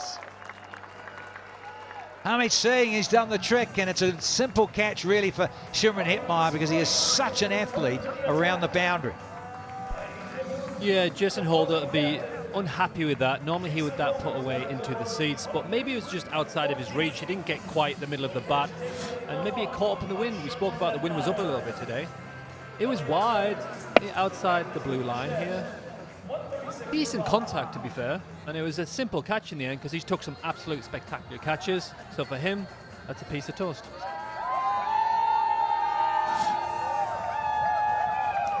Jason Holder goes for 23 off 14. The Knight Riders 136 for 5.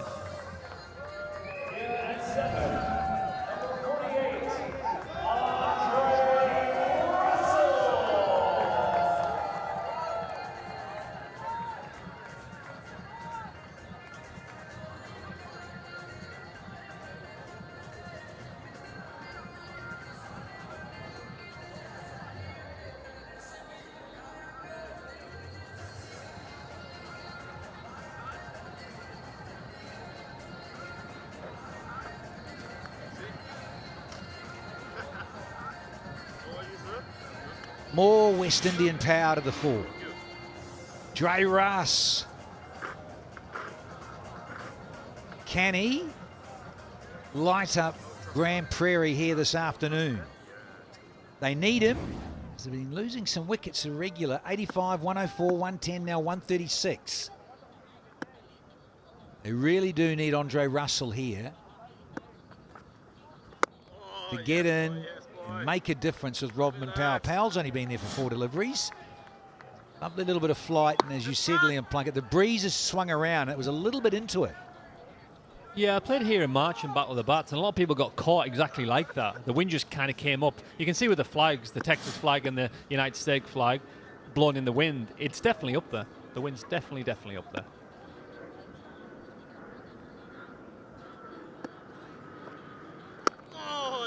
Yeah, what do you think about? We're now into the 16th over, and this is about the time where the batting side just slows down. The bowlers have more of a say. They get the odd wicket, come back into the game. You're sort of smashing it for over 11s in the first sort of 14, 15 overs. And the last 5, just of late, have gone for 8s. That's all. So your first 10 up around 11s, 12s, and then because that ball gets softer and a little bit older, a little bit trickier to get going. Oh, big edges there. Bowler and keeper love it. Is it the big burgle? And Jermaine Lindo says, I'm not getting sucked in by you two.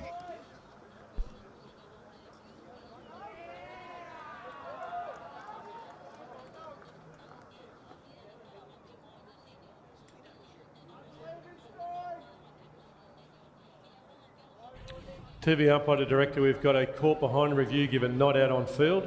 It's a fair delivery. We go to front on, please.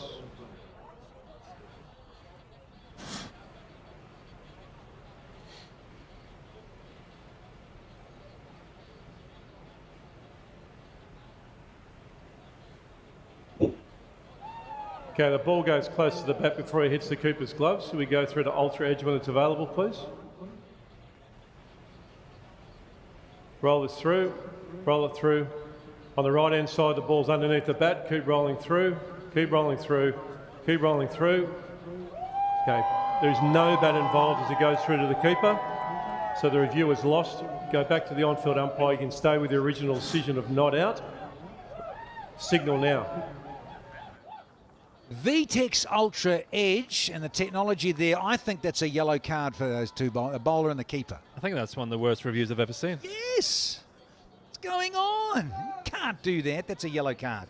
So, all jokes aside, a wicket and 3 dots on the trot. This, again, is a big ball for Dre Russ. He'll feel it. Don't you worry, the pressure.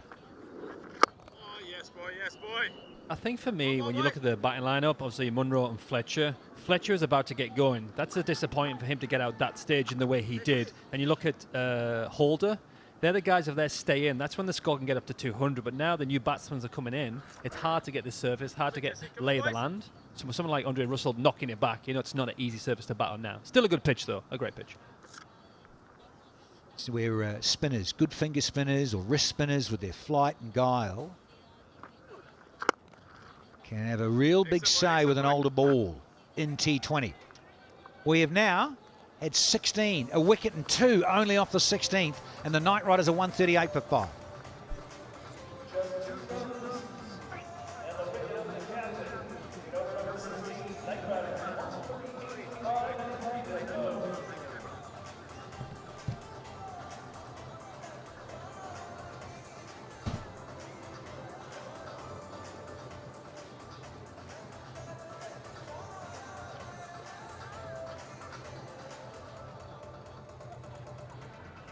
Back into the attack for East Queensland, 11, Dustin Shanaka.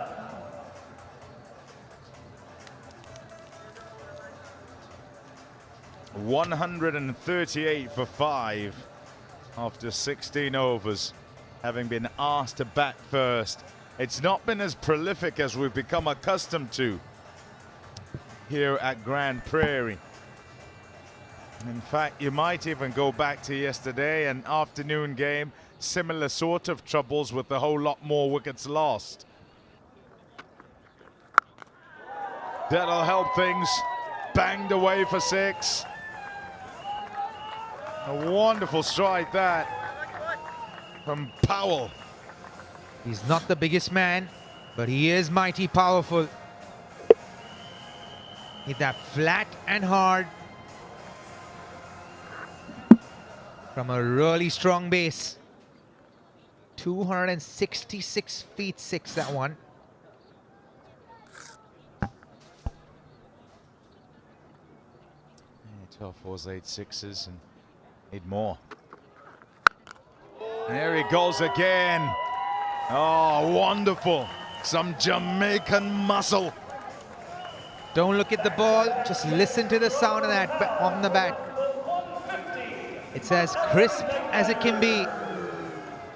That is possibly the best sound of a ball on a bat. It's like a bullet off a revolver.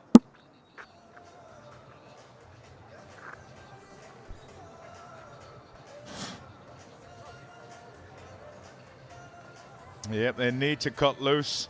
need to make sure that they finish with a flourish here. Just repair what's gone on before. A circumspect start where they then look to try and kick on, but in the quest to do so, have continually lost wickets at critical times. Bang again! Has he got all of that? Has he? You bet he has! 3 in a row! You can't bowl there. Rovman Powell. He will send you exactly where he sent this ball. Aided by the wind, of course. But he hit that so sweetly. Another 250 feet 6. Hassan Shanaka will be running for cover now.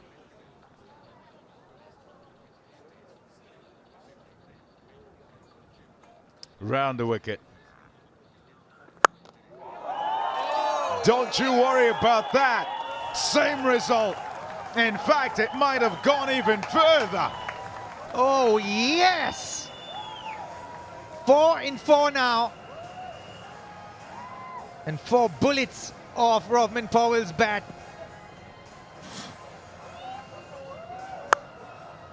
You can't bowl there to a man of his caliber.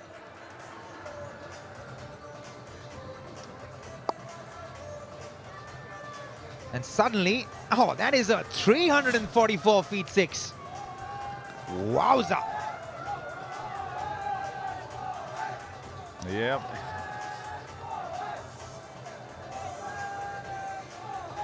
Oh, that doesn't look so good. You look to the right there. For bowlers, generally, if you've got 6, 6, 6, 6, that's not a good thing. Listen to the sound of that. Oh, it seems to get better and better.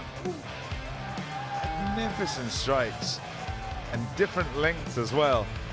And as the bowler now, wondering just where is it I can go to make sure that he can't get all of his bat on it. And first things first, get outside the arc. How are you going to do that? And which side? He's seeing the ball so well. He's got very little margin of it for error here. There's Shanaka. I think he'll go short, slower ball wide outside the off stump. Doesn't matter. It doesn't matter. 5 in a row. Rovman Powell. Another one from that bat of his. And just like that, he's turned the match on its head. I'm thinking a lot before saying anything. Another 322 feet 6, this one. I don't want to jinx anything. I know what you're thinking. You were there for a mate of yours over Yes, I was. At Kingsmead and Durban. Oh, that was something. The precursor to that over was something else. Indeed. There are many who can reel off names, not in just this format, in other formats as well. I suppose you'd go back to Sir Garfield Sobers. And what we're talking about is 6 sixes in and over. Here we go. Bosh up in the air. He's gonna get out. Dawson Shanaka. Oh, just survives. Just about. Just about. That was so anticlimactic. Yo, for a moment when the ball went up in the air, you were like, oh, is it happening? No, it wasn't. It was short and outside the off stump, and it was a cutter. And Bartman does the cleanup job. You can't escape with cricket now. Rovman Powell goes for 37 of just 11 balls. The Knight Riders are 168 for 6 and 17.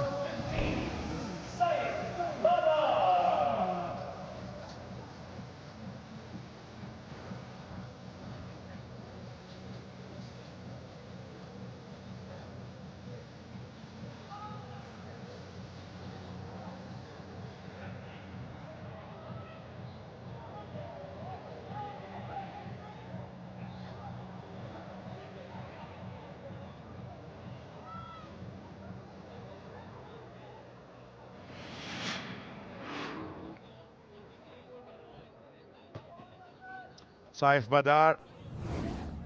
To the middle. He'll be at the non-striker's end. Oh, hello. Oh my. That is a lot of defensive technique from this big man.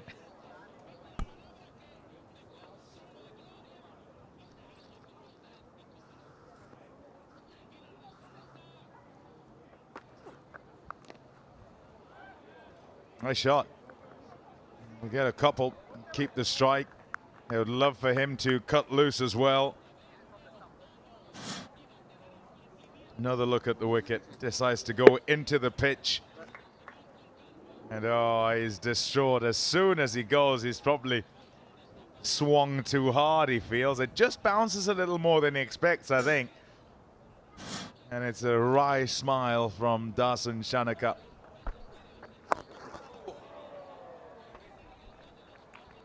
That was a typical Russell heave towards deep mid-wicket.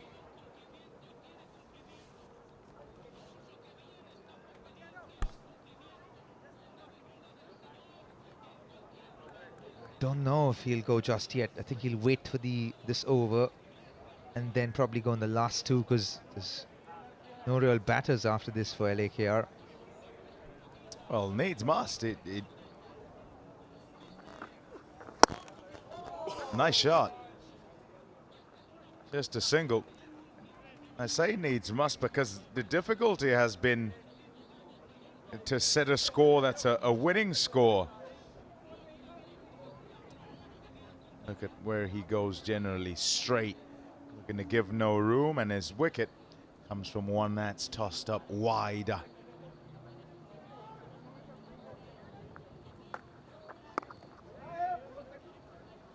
Nice bowling. I'd be happy with this. Harmeet Singh is got one delivery to go. And especially having started up right up at the front and bowl in the power play. This is typical for Harmeet Singh, isn't it? He gets takes the difficult roles in his team. As a vice captain, bowls in the power play and then comes out, bowls an over in the death as well. Does all the tough things. Shows a lot of character.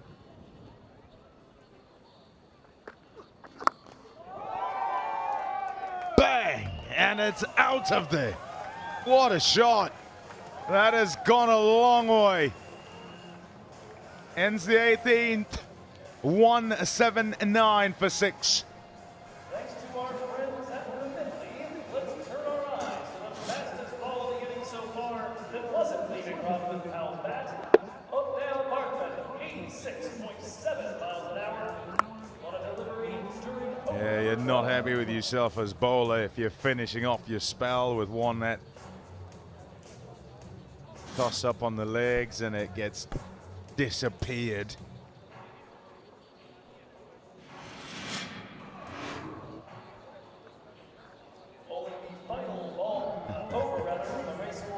They got a good builder late on. Indeed they did. That is like a Lone Star building. Standing tall like the Burj Khalifa.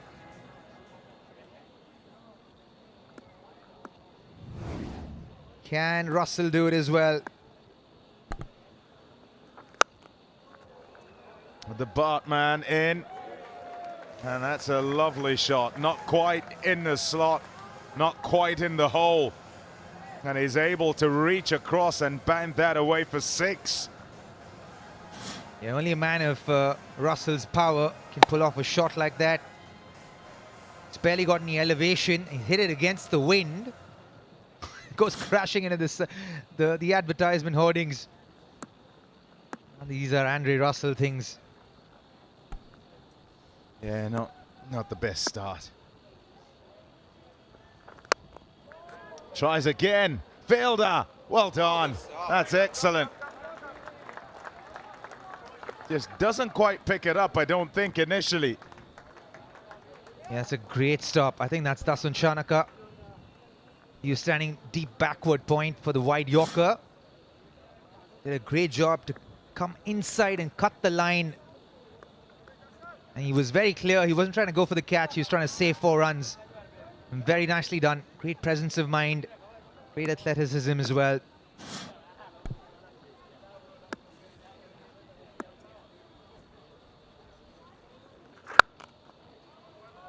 Yeah, nicely bowled. So first couple was looking Yorker outside off. Let me get outside the arc. And then decides that one that he's going to go wide of the crease and into the block hole. This is Rovman Powell. Oh, each one.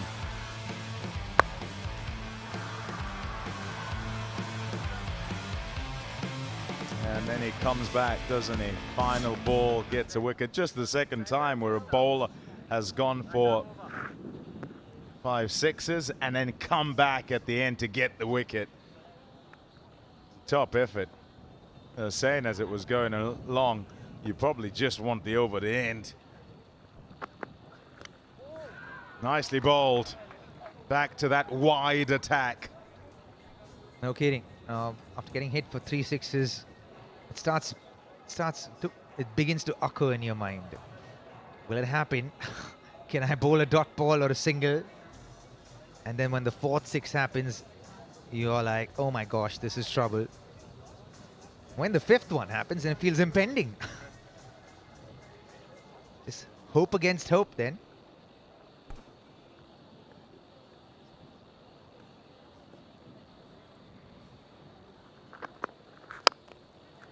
The shouts of catch it. Shanaka can't get to it. Went for the catch and the spin takes it past him. It's a tough decision to make that, particularly looking into the sun. Do you go in? Can you get to the catch? Or do you wait and save the 4? Yeah, the ball's going against the wind, so it's always going to fall slightly short. This time he tried to go for the catch and it fell short and he couldn't cover the spin because it spun away from him. Because as the batter sliced the ball, because the revolutions on that ball and rotation of the ball going away from Dasun Shanaka was always going to pitch and go away from him to his left. And he didn't consider that in his anticipation and paid the price.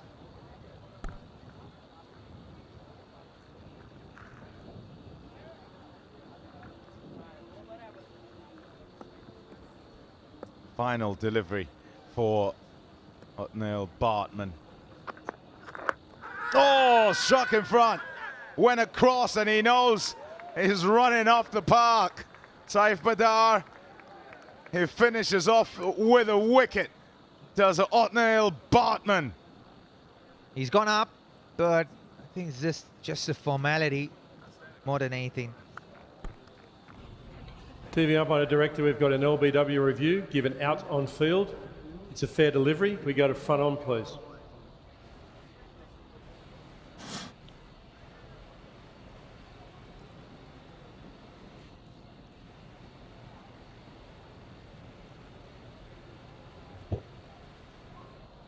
Just roll it through.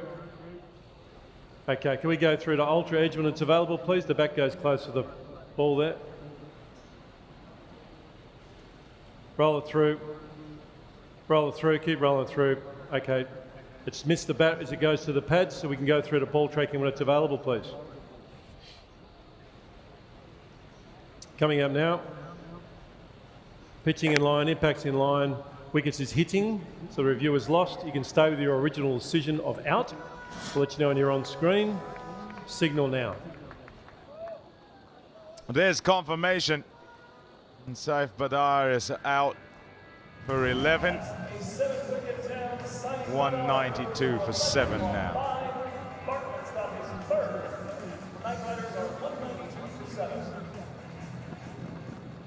And we have Russell on strike, which is exactly how you want it to be. It's the man you need on strike. And the last overs there. We've gotten to more than respectable total now. Potentially defendable as well. 192.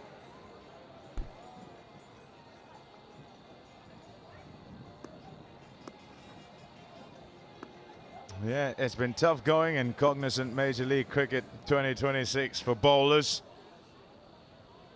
Here's Jesse Singh. He shouts of catch it, hit against the wind. Oh, excellent. Absolutely brilliant. Lots of ground to make up. And so important you don't give it up because of the wind. It's always going to be held up for you. It's well bowled from Jasdeep. He got it right at the toe end of the bat. Went very high. Ali Sheikh doing a great job there, watching it right to the end, sliding well beforehand, getting into positions beautifully to complete that catch. Yes, indeed, it's a big wicket. Andre Russell goes for 14. Knight Riders are 192 for 8. In at 10 for LAKR, 18, Kartipalli.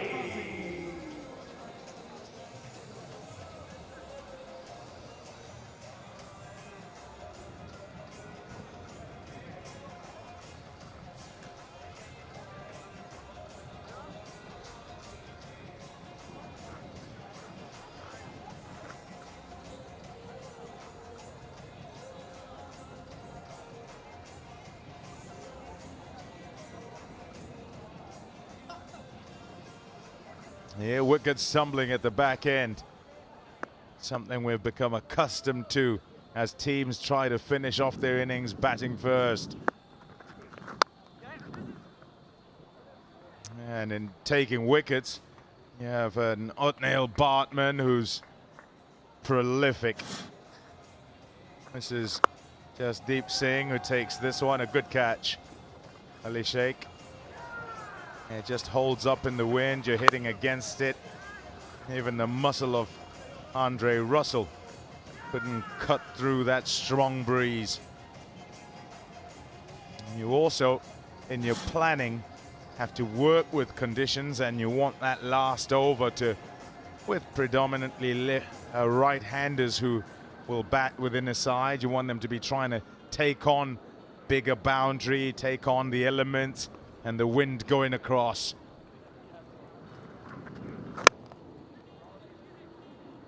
Yeah, I was talking about Bartman's.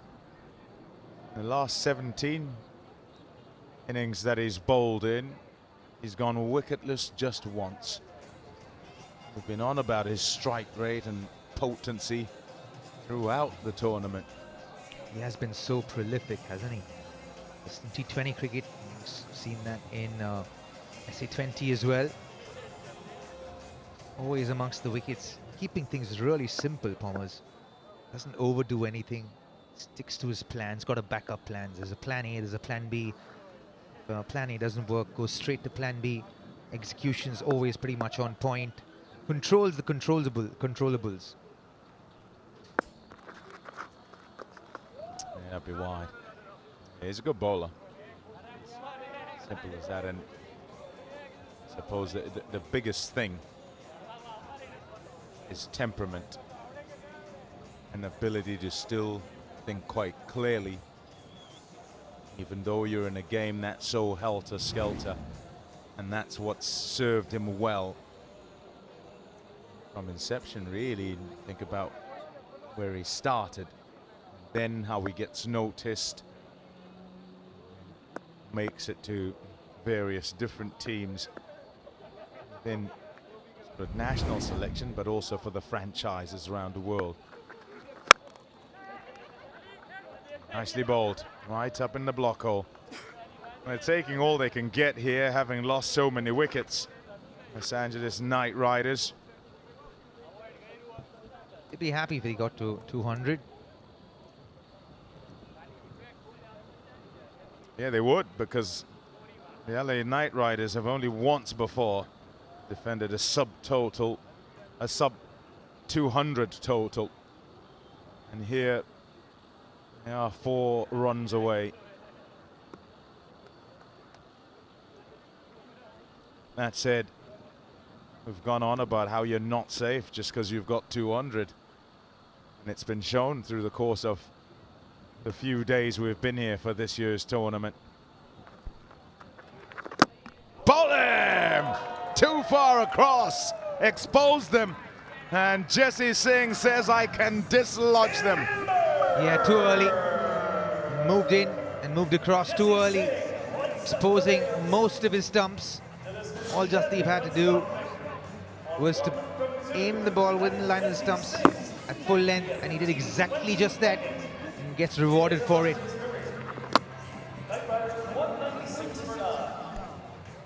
Yeah, excellent stuff. The 50th T20 wicket for Jasdeep Singh, and it sends Shadley van Schalkwyk back to the dugout. 196 for 9. In at 11, LKR to face the final ball. Number 83, Carmi le Roux.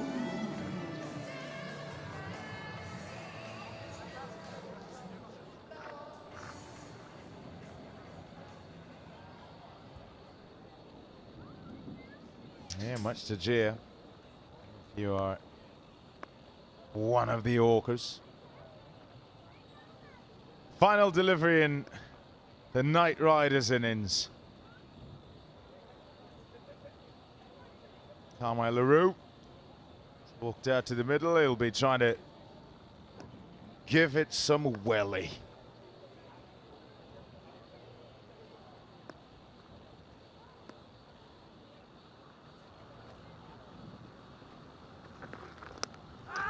Oh, that's straight.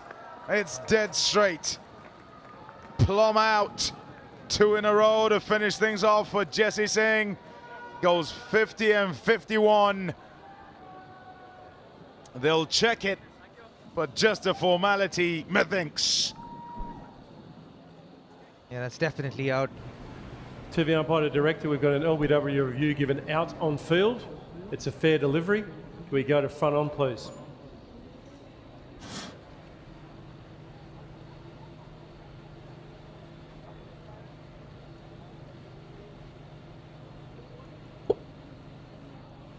Okay, the glove, bat close to the ball there. So can we go to ultra edge to have a look, please? Roll this through, roll it through. Okay, big gap on the right hand side before it hits the pad or the leg. So we can go through the ball tracking what's available, please. Coming up now. Pitching outside, impact in line, wickets hitting. You can stay with your original decision of out.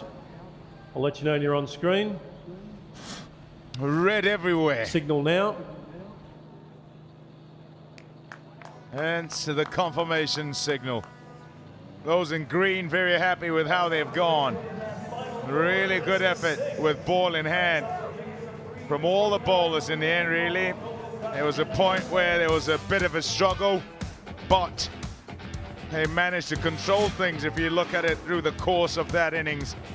Glimpses here and there where it might have looked like they could get away, the Los Angeles Knight Riders, but could not quite cut loose. Hence some starts, cameos all the way down in their batting lineup. Yeah, very middling performance from the Los Angeles Knight Riders. Everyone in their 30s and 40s, everyone getting starts but not capitalizing, and that's the difference. They have no cushion here. So it is a defendable total, but you need a cushion of 30-40 runs here on this wicket. Yeah, there he is on right of screen.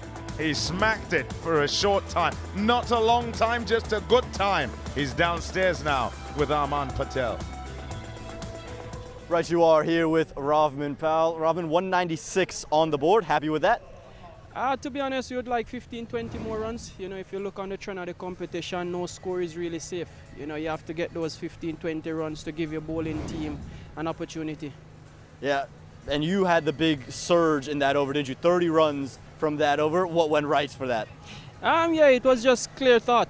You know, deciding that I will go in that over and use the breeze as a factor because I'm hitting with the breeze. You know, but having said that, it was a pretty good over for me. Yeah, no question. Seems like the wicket was a good one with all those runs on it. Yeah, it's 2 good wicket, 2 games, 2 good wicket. You know, still a little bit in it for the bowlers. If the bowlers go into the wicket a little bit with those slower balls, there's still something there. But hopefully our bowlers can look and see the things that they did right, and hopefully we can follow that as a bowling group. Well played in the first innings and good luck in the second. Thanks, man. Yeah, good to hear him. And he did hit them really well. He says, good wicket. Have a look at the Bart man over there. 3 for 36, economical. The others also going particularly well. Jasdeep Singh 3 for 29, 1 for 31 from Harmeet Singh. He did well with his left arm spin, always economical, you might say. And as a group, they'll be pretty chuffed with the work that they've done, keeping the Knight Riders to below 200. So, the Seattle Orcas, if they're to win here at Grand Prairie, must get 197. The chase coming up.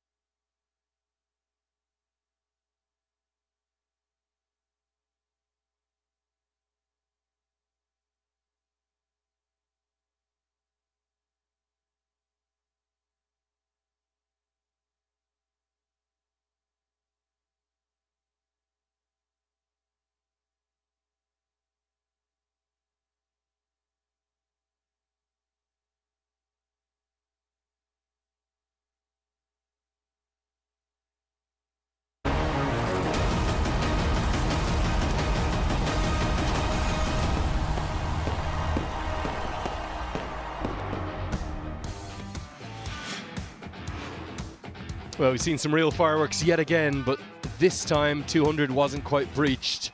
But Rovman Powell, the standout, 30 from just 5 deliveries, and so nearly joining that exclusive list of batters who've hit 6 sixes in a T20. He came up just one short, dismissed off the 6th and final ball. 3 wickets apiece for Jesse Singh and Otniel Bartman, the pick of the attack, no doubt, but a special moment too for young Ali Sheikh with his first ever MLC wicket.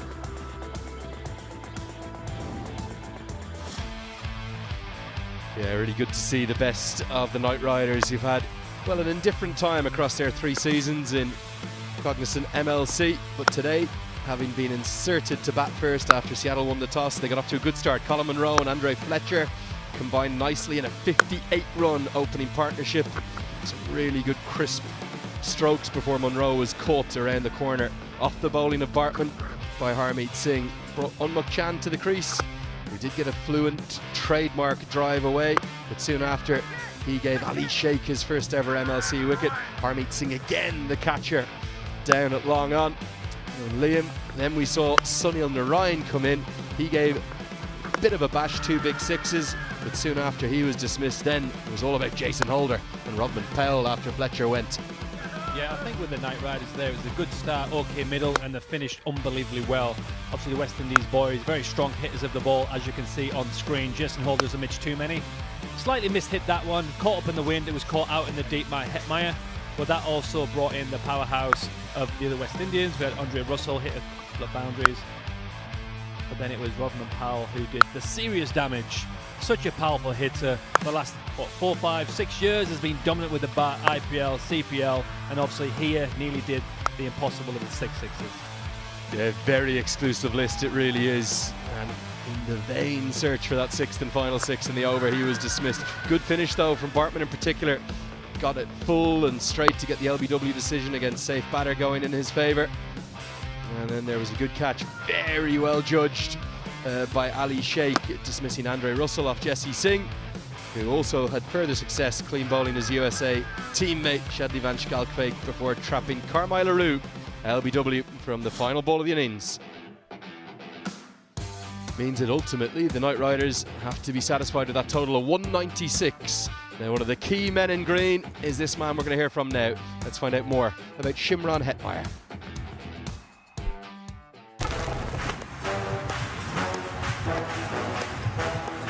When I'm playing, I'm zoned in, but when I'm not, kind of just try as much as possible to be away from it and to stay away from too much cricket talk, really. To just think about, okay, I'm up against this guy now, and how am I gonna counter this guy, or how am I gonna get off strike or hit a boundary, whatever it is that you're planning to do at that particular time. Against that ball and against that bowler. So more so it's really for you as a player to just be in your own bubble, really, and to just execute every single time.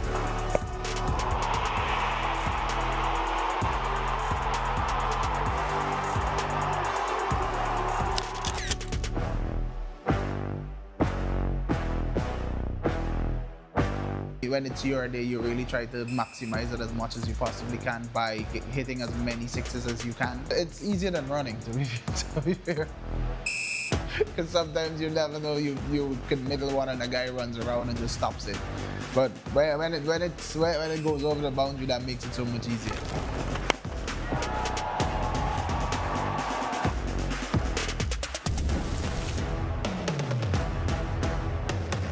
My long-term goals is more so like pushing towards like Test cricket and ODI cricket. I think it's because I do want to at some point sit down and be like, oh, I've made 100 against every international team that plays, or even if it's a new team, I'm just trying to get that done and get a couple of hundreds in Test cricket as well. But because of how much cricket is there to be played, and you still have a family to look after as well, that makes it just a little bit tougher. But I'm trying my best to try to get fitter. That's one thing. It helps more so when I'm at home, because like my wife, she's kind of, I wouldn't like a health freak in a sense. So and then try as much as possible to train as much as I can when I'm at home, which is not really that much. So it's just a little bit of trying to fit in different things at different times.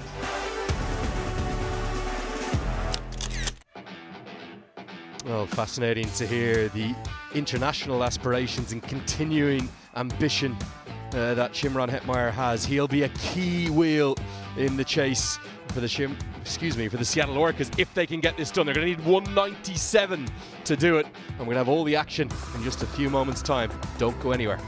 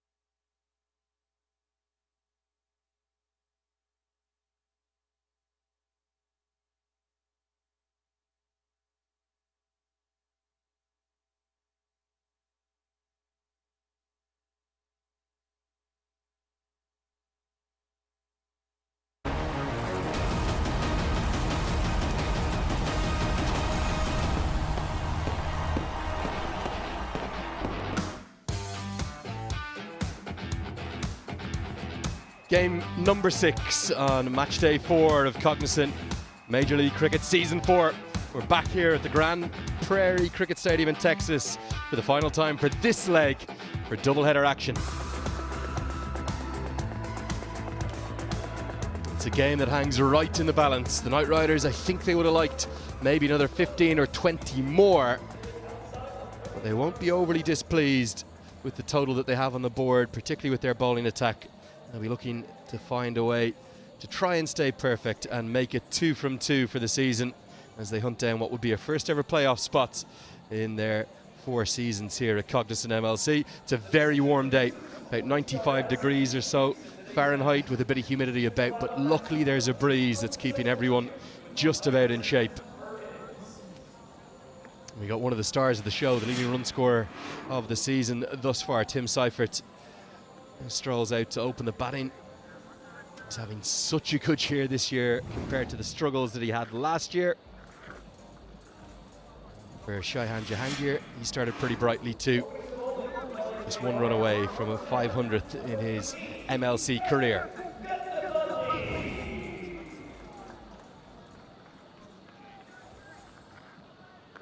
We're going to see an immediate introduction of spin early in this innings, and for Karthik Gatsapali, who had that memorable debut last season down in Florida. He's going to get his first appearance of season 4, and certainly a left arm spinner rich with potential and promise. For the first few overs, you got the company of me, Andrew Leonard. Delighted to have Liam Plunkett alongside me. Liam, firstly, early good evening to you. Super Sunday action here as we're all set for the chase. What do you see the approach being here for the Orcas as they look to hunt down this pretty good total from the LA Knight Riders? I think exactly the same as the previous games. Obviously, both of these guys are in form. Obviously, one of the leading run scorers in this competition, Tim Seifert, hits the ball really well. He's taken his chance this year. He didn't get much of a chance last year, and he's showing why he's one of the best T20 players in the world currently. I know Capelli's debut very well. I played against him in Florida when he picked up them wickets. A very promising youngster on the scene, and hopefully he can do damage here and take 1 or 2 early wickets and help LA Knight Riders with this start in the field. Yeah, pretty conventional field, what you'd expect. Maybe with one exception, long on up in the circle. It's the protection out. The deep on the offside, straight down the ground. That's where he looked to target. So there's a split field, 1 in the deep on the leg side. That's on the right of your screen as you look. Out at deep mid-wicket out there. And then during the Lexus power play, you can only have 2 fielders outside this 30-yard circle. So the other one is straight down the ground. That long off, straight in front of the grandstand there. Good work by Holder at mid-wicket. Crucial fielding position, particularly for left-arm orthodox. And you couldn't have a bigger man doing that. Got down quite well there. Nimble for a big guy. But it's going to be interesting how they play this as batters. Last time, Shangia actually took on the role of just knocking it around and let Tim destroy everyone else. There's been just a little bit of a hint to turn on offer. Particularly, I thought Glenn Maxwell got it to grip yesterday evening. Not sure how much he's going to try and spin this early. I think he might, a few arm balls, bit of drift, bit of swing into the right-handed batsman of LBWs and balls potentially.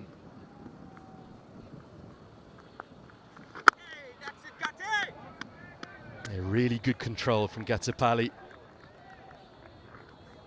It's been a good start. Tend to see it quite often, don't you, in the modern T20 game.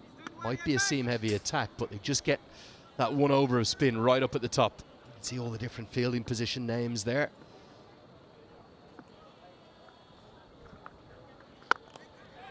Up and over the offside. That'll get good reward.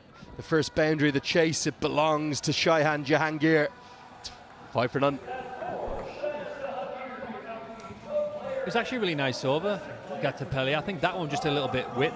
Sheehan got his hands through that, but all in all, a good over. And here we go, just on screen. He actually gave himself a little bit of room. He was actually probably pitching and hitting middle stump. So it was actually an excellent shot. It was executed really well. Over extra cover, 4 runs to finish the over.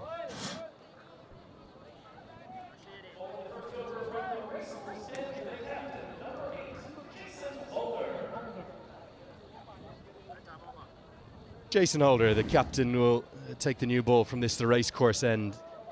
10 wickets so far in his MLC career, always leading from the front.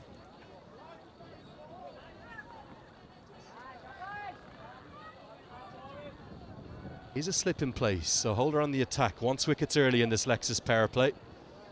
Again, it's a split field, so one fielder in the deep on either side. One on the right of the screen as you look at deep square leg, and one on the left.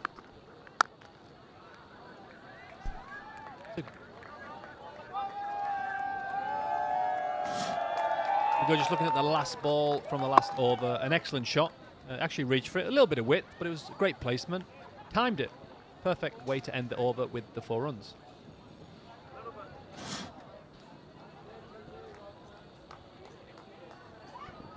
And great to see the family support up in the VIP suites as well. Saw Ross Taylor up there earlier as well. Here's part of the Orcas mentor staff. Oh, thuds into the pad now. He's going to angle down, so no appeal at all, but that extra pace and particularly bounce of Holder always causes problems. Yeah, he's not express, Jason Holder, just about 80 miles an hour, but it's his length and the height, and obviously the way he used his wrist. With that bounce, it's hard to hit. He started off this over very well. How long can you hold your length for? Because I still think it's the hardest ball to hit on this surface. But as a bowler now, do you stick with that, or do you mix it up? Do you use your cutters? Do you use a bouncer? Or are you content with smashing that pitch, as it was a great start to the over?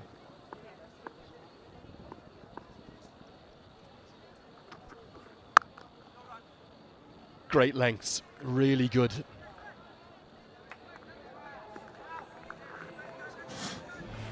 Yeah, first game of the season for the Orcas, this man was really good. It was a record opening stand alongside Tim Seifert, the Centurion.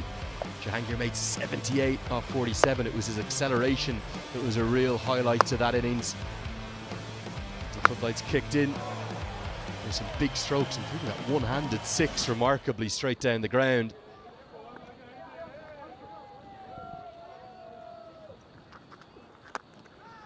They finally solved their opening problems, because last season in particular they were nowhere, averaging 22 for the first wicket. I know it's early in season 4, but they're averaging 124 right now. Yeah, I think last game he played really well. Normally he comes out, Sheehan, and attacks from ball 1. I think he anchored the innings well with Tim Seifert there. And as to your point, he came on the back end and hit them, what, 3 or 4 sixes in that over, which had accelerated his score. I think it was a great innings, and that's going to give him confidence now to say you don't have to rush straight away, especially on a wicket like this. You're going to get your chances. The outfield's quick, the boundaries are short. You can give yourself that little bit of time.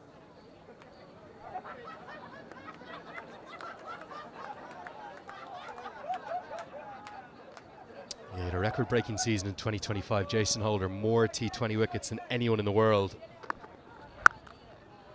Right on the money. You like that lengthly, and that's where you're encouraging, I think, all the bowlers, particularly with the new ball to bowl. 100%. Be brave enough to stay there. Let them hit you off that length. So far, it's working. It's not express, but it's a heavy ball. We discussed this the other day off air. A heavy ball means you're hitting the pitches hard, and it's hard for the batsman to line you up. It feels like it's hitting the bat really hard, like a cannonball. And it's that bounce that's hard to hit Jason off.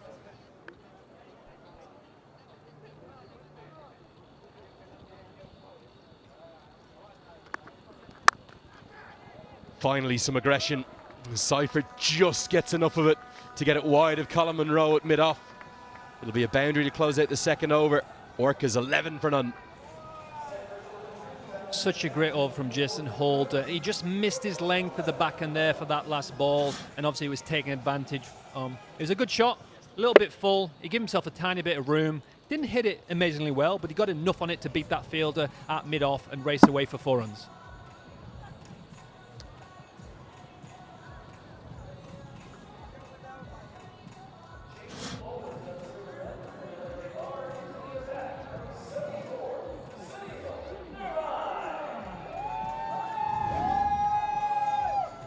Continued to be spin from the far end of the ground. This is very clever captaincy from Jason Holder.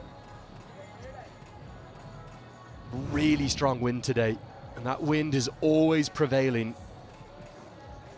behind the back of the bowler from this end. So it means Sunil Narayan will be bowling with the wind, meaning the batter, if they're looking to hit down the ground, will have to hit into the wind from the far end of the ground. So you want to bowl as many overs of spin as you can from that end, not from the racecourse end. So you're already putting the batter at a disadvantage, and with long on out, that's a very risky stroke for Jahangir to play. It is. It looks like if you look at the flags in the background here, it's actually swirling. So when you think it drops, you might try and play an aggressive shot, and that's when the wind comes up and brings the fielders into play in the deep. Definitely the most blustery day that we've had of the 4 game days thus far. Slight change in the field. Holder will come from mid-wicket around to square leg. The man in the deep will go much straighter. And that's exactly where he's got the extra protection. Rovman Powell does well at long on. Really keeping the 2 openers under check right now. This is a good start from the men in purple. Absolutely, with that first over from left-arm spinner, snuck that over through quickly. Jason followed that with a nice over, and obviously Sunny Narayan has started off nicely here, using this long boundary in the wind as his advantage.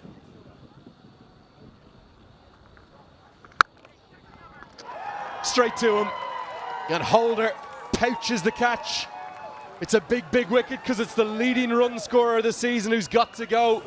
Looking for the slog sweep, trying to get it up and over Holder. Instead it comes off the under edge and Narayan strikes. Yeah, it's a shot that he plays really well. Narayan might have seen him, took some pace off, or even shot through a little bit quicker. We can see from the highlight here. Narayan just holds his action there. I think it was one that kind of like the knuckleball maybe. And obviously Tim's not hit that well. An easy catch for Jason Holder at short mid-wicket. The first wicket goes for Seattle Orcas.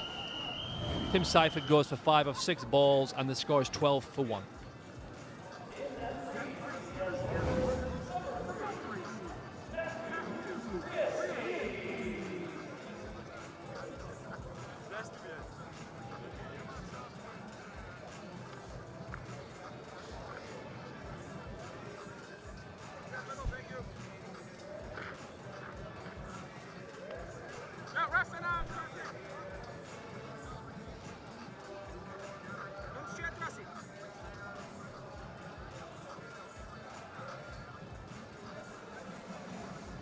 A really good crowd expected this evening. We're here in Dallas. Get on down to Grand Prairie. A cracking second game in store, and this first one shaping up nicely too. It'll be Matthew Breetzke to the crease. South African. And he's here because of this. A very clever piece of bowling from Sunil Narayan. Jason Holder, who was at mid-wicket. The captain took the catch. Yeah, hiding that delivery behind his back like he normally does to disguise it, and obviously tricked Seifert on that delivery. We're just looking at what it came out.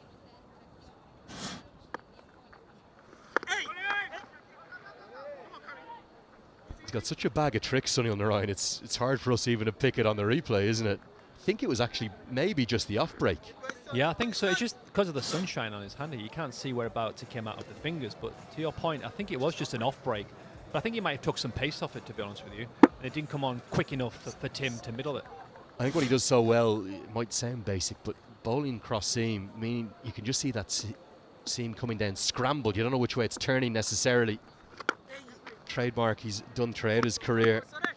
The man of mystery, the mystery spinner, makes an immediate impact on the game as he so often does. It's 14 for 1.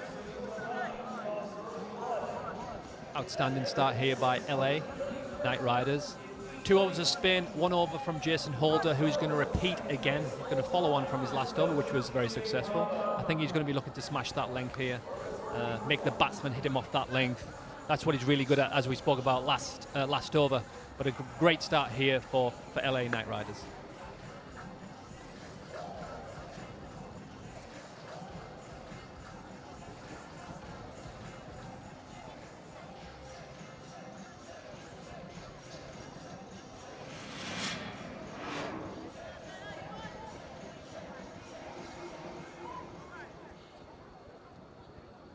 Let's get a look at our VTEX leading run scorers for the season. Tim Seifert right up there alongside Mitchell Owen. Andre Pretorius down in 3rd. Inside edge and just past the diving stretch of the keeper who can't get there. Good effort from Fletcher. Clever piece of bowling, but Jahangir gets a bit of fortune to get to double figures. Good bit of bowling here, heavy length, followed the batsman, give himself a little bit of room. Under edge, beats the Spiceman Fletcher and goes for 4 runs, a bit of a French cut. Sheehan looks for kind of a couple of options. He waits for you to bang it in and gets you to pull over mid-wicket, or he gives himself room and tries to hit through the offside. Jason followed him that side. Unlucky, good delivery, 4 runs. Batsman's game, Lenny. Yeah, really clever bowling, you're spot on. Holder leading the charge. See the pressure on the batters. They know they've got to get ahead of that required run rate in this Lexus power play in the first 6 overs. But the LA Knight Riders' plans right now, as you can imagine, drilled so ably by DJ Bravo, their head coach, very much holding sway right now. See, Jason's been playing a lot of cricket, executing well. His skills have been great with the ball in the IPL as well, and he's transferring that across here today in Dallas.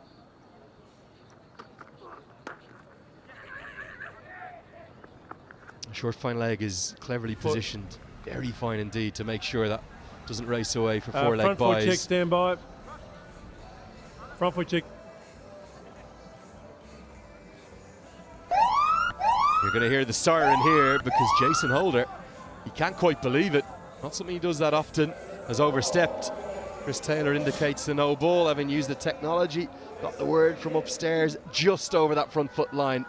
Yeah, criminal, absolute criminal from a fast bowler.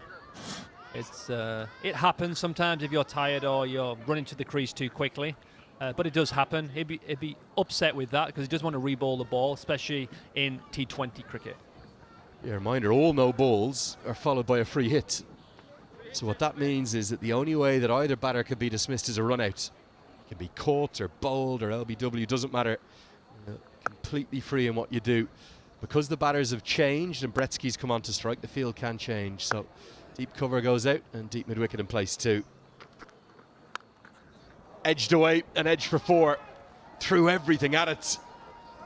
Holder trying to hide it away outside the off stump, but the overstep with the no ball will end up costing 5 as that runs for 4. Free hit, a bit of width, his hands went through this, and it was a thick outside edge. You get him how you get him. It could have been the middle of the bat for 4, but it was a big, thick outside edge, and it went for 4. Hopefully, Holder here can get back on his line and length, because it seems that was the hardest thing to hit.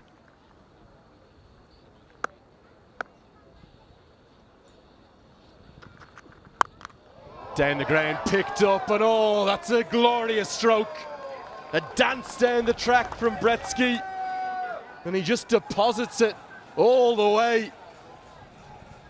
Big swing of momentum just from that no ball, and the Orcas start to move. Quickly how it can change, Lenny, to your point. It's a great shot. It's one that he does really well. He's given himself run down the wicket here and smoked it. A great shot over wide, long on. Momentum shift quickly happened here. Tell you what that replay showed, just how still his head was despite coming down the track. So keeping those eyes level.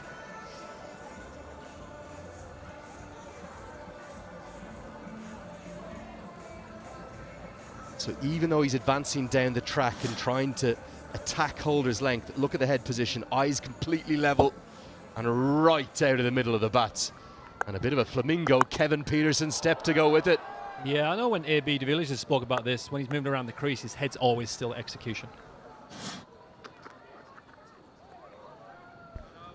Good comeback from Holder. Again, targeting that length you keep talking about. Yeah, how long can you hold it for? That's the question. How long can you stick on that? Scramble seam, wobble seam. There's still a little bit in the crease there, but momentum shift here. If you're trying to get out of this over here, try and get a 1 or a dot. A worst case scenario 2. And it's to be honest with you, it's still a decent 4 overs from LA Knight Riders here. They're doing a good job here with the ball. Yeah, I think you're spot on. And the current run rate versus the required run rate would very much indicate that too. They're going just under 8 and over. They need more than 10s. Target 197, remember. Does use his feet again, but there's protection out there. Just be a single to round out the 4th. The Orcas, well, they need to get going, but that was a good over. Their best of the innings, 17 off it, 31 for 1.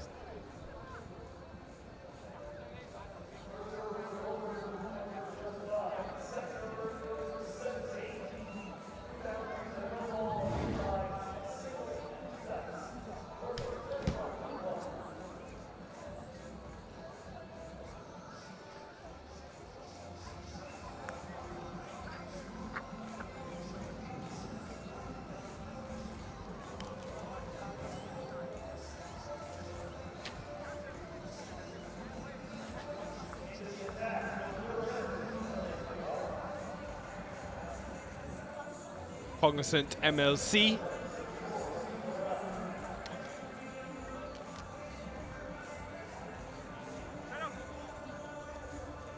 Power-packed middle order with Marcus Stoinis back in today. We saw Dasun Shanaka 36 off 12 to win the game.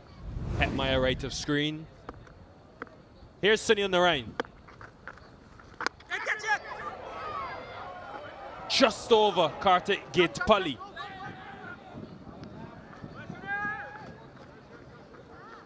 Interesting though that Narain's been given a second over in this Lexus power play. Danny Morrison, hello, happy Father's Day.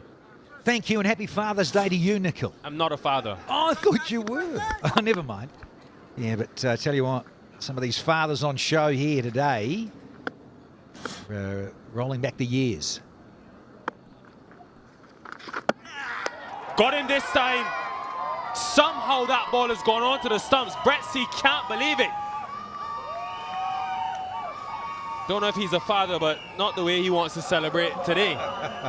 No, he can go for an early shower and take it easy. Matthew Breetzke got through the shot a bit. Is this a bit quicker, I wonder? Yeah, I think it might be. And he's got it on the bottom of the hand, the glove. Underneath of the glove. And a drag on against the Magician. So many wickets in this fabulous format for Sunil Narain. Breetzke done for 14, and the Orcas 2 down now for just 33.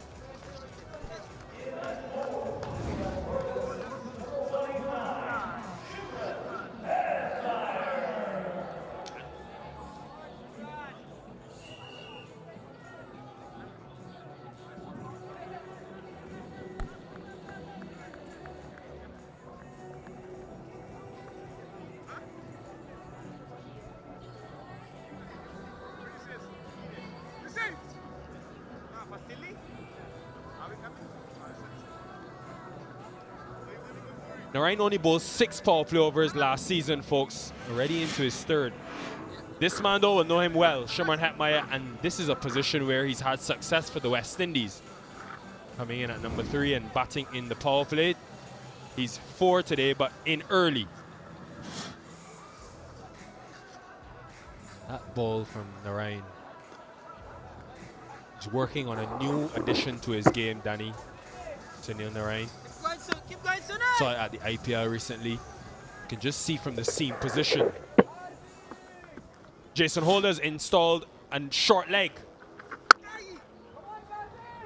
with the slip. I just wonder whether the strategy here from Sunil Narain, given the nature of the surface, just to bowl that little bit quicker.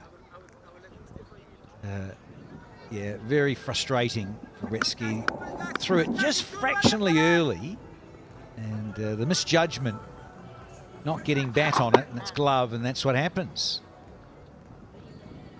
Oh well, there's always another day or night.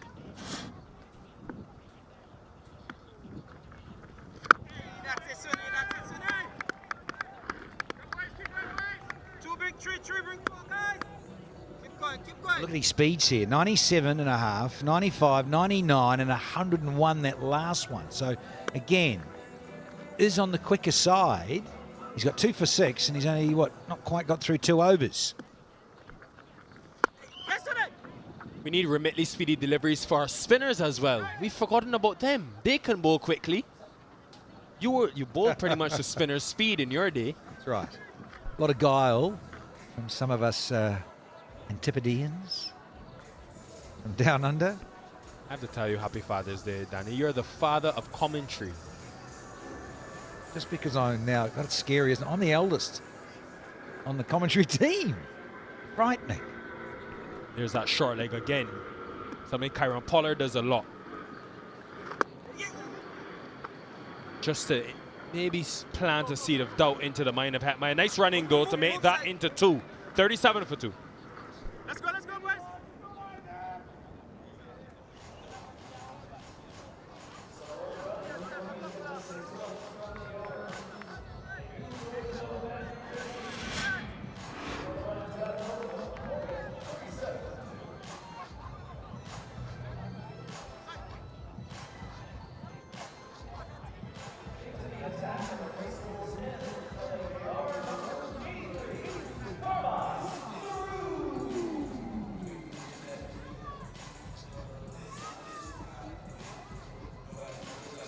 Shahan Jahangir, 12 off 15. He was 22 off 20 the other night, opening night, when he ended up getting 78. So we've seen this before, where he can start slowly and then really explode towards the middle of the innings. Well, just on that graphic, 2 gun players out. Particularly Seifert, who's got the most runs so far in Cognizant MLC for 2026. I know it's early days. The chance for Carmi le Roux to add to that tally himself in terms of wickets.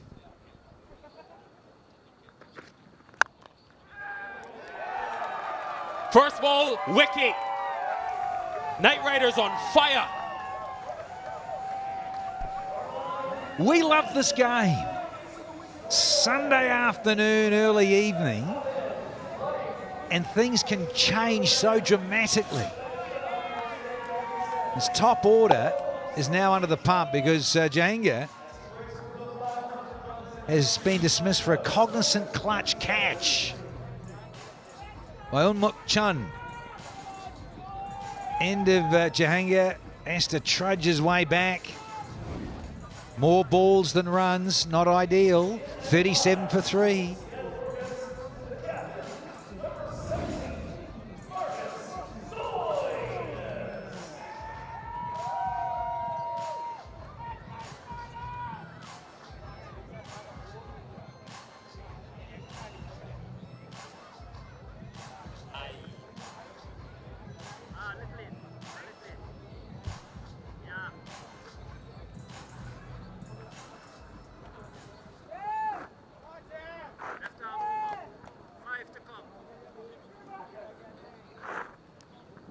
.37 for 3.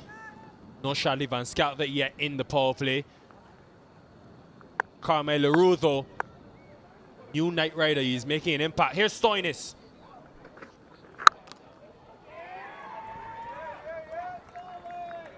Certainly a big stanza in this game. Look at the power play almost done, and the skipper's in at number 5. He missed the last outing for the Orcas with that bruised bowling hand.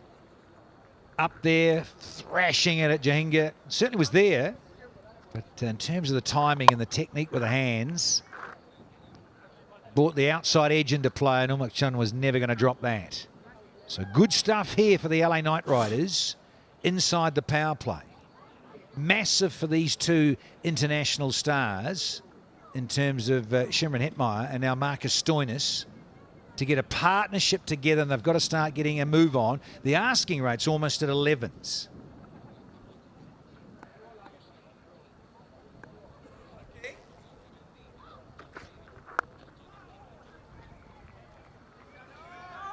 Looking for a couple again, Hetmeyer just one.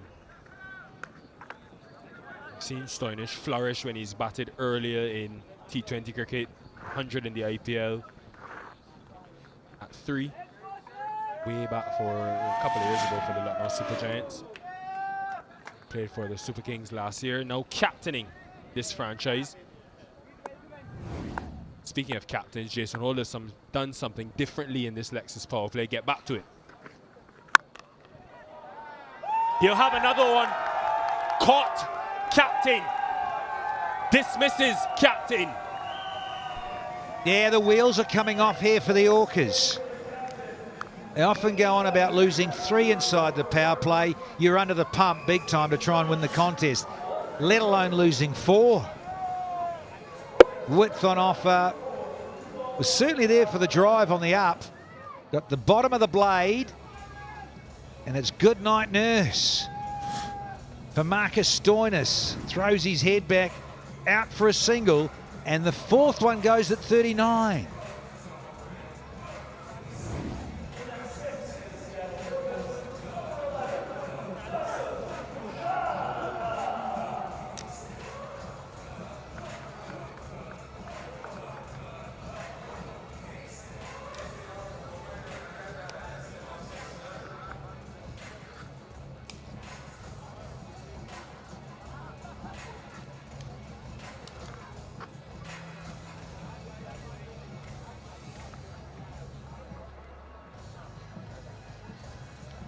Carmi le Roux,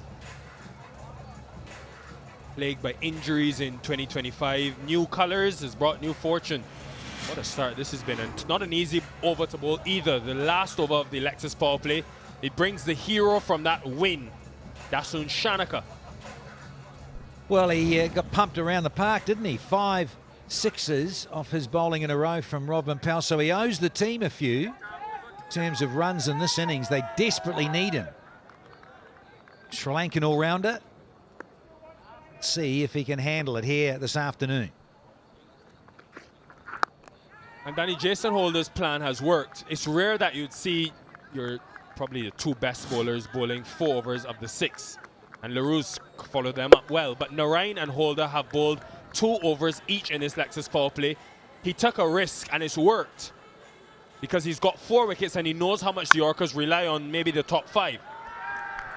And no Shadley van Skalkwyk. So he's another power play bowler, isn't he, in the top? So I don't mind that. Yeah, that's nice. It's lovely timing and no risk. Just wait for it. Power play done. Lost 2 wickets, though, in the 6th. It's 43 for 4 here.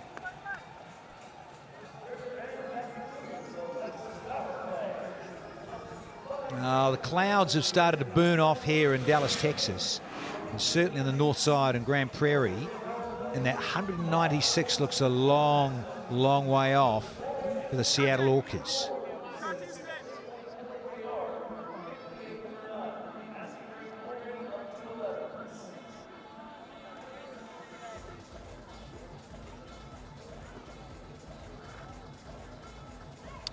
.154 needed.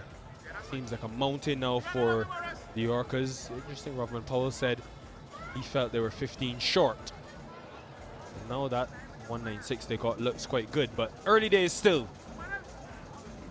And just to signal the intent from Jason Holder, he's going with a 3rd of Sunil Narain with Hetmyer and Shanaka at the crease. Yeah, I like it. You got to try this and back yourself. As a captain and as a fielding side, where they're really going for the jugular here, truly are. I mentioned you lose 3 inside the power play. The stats gurus love it because I think if you lose 3 wickets inside the first 6, it's something around about 70%.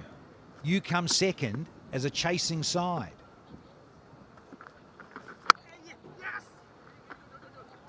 Let alone losing 4. Oh yeah, good chase. And Skalkwyk. Yeah, the importance of wickets in hands when you're chasing. They're losing wickets regularly inside the power play is a big no-no. A little unlucky in the Lexus power play to lose 4. Oh, Jahinga. Marcus Stoinis with the bottom of the bat.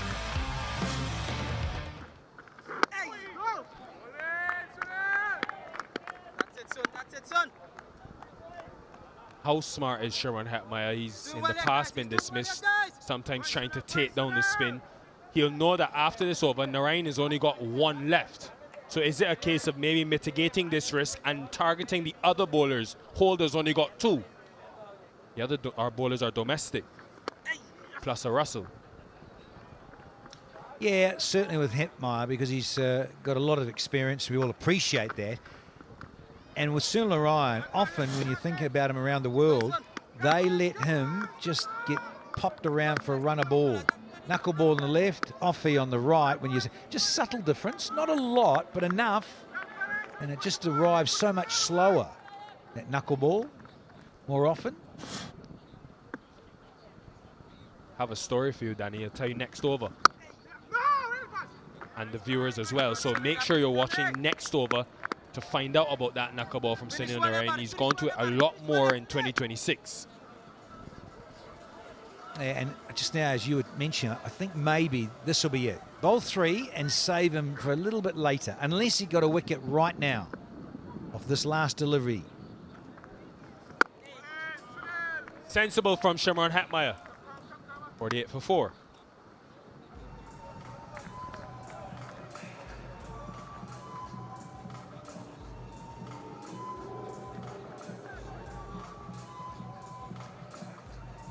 Gorgeous conditions for cricket here in Grand Prairie. So yeah, wickets certainly to Sunil Narain and Carmi le Roux. They have been superb here for the Knight Riders.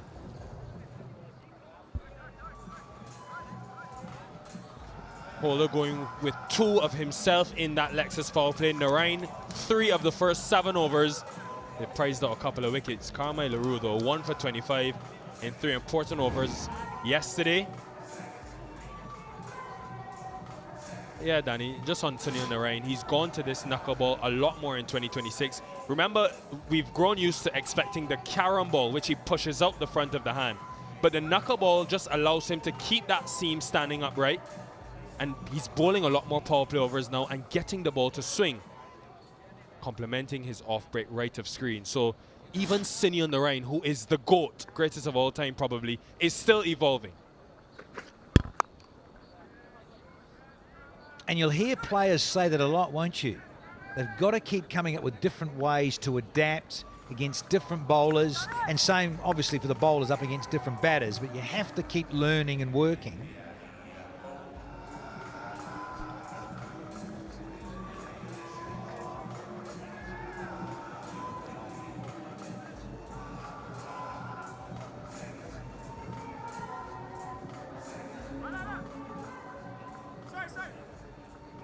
I think about Johnson Charles, who didn't start sweeping properly really until 2 years ago.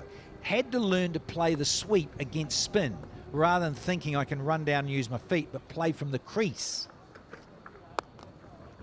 So once again, it proves someone like that, Johnson Charles, who's such a dynamic player, opening the batting, mainly batting in the first 6, of course. And if he batted through to the 14, well, he was going to get away, yeah. But often spinners would come on in the power play and tie him up or get him out. Then he just realised, man, I've got to work at my game and produce a technically good, sound sweep stroke from the crease, not leaving my crease, but sweeping a spinner and doing it well. Excellent 11 deliveries to Shimron Hetmeyer early on. What about this man, Danny? You were making all sorts of noises at the back of the box in this over. Yeah, we got a little excited on Father's Day, some of us. Hawkeye has been busy. Watch out for those spider legs. They bite. The amazing thing about that is 4 of the 6s went that leg side region, right? It weren't the same balls. Shanaka tried to mix it up. He would bowl one wider, one pace off, one pace on, and Rovman Powell still manipulated the ball into his strong area. So powerful. Yeah, because he was actually quite slow there, wasn't he? Until that Shanaka over, where he destroyed it and hit 5 6s in a row. Yeah, and then he got out, but still, great stuff and changed the momentum. 2 fielders under it, and one, I think he tried to just throw the ball back into the opposite fielder, but in the end it's 6. Yeah, they've zipped past the 50 of the Orcas just in recent times. Hetmeyer's 11 from a dozen, but Shanaka, he's only faced 4 and he's 11. But that is what he's got to do, and do it quickly for the Orcas to get back into match number 6 here. Saif Badar, he almost had it and tried to throw it back in. Similar area in the gap again. As well, Kartik Pali, they get 2. So this partnership busy. 59 for 4.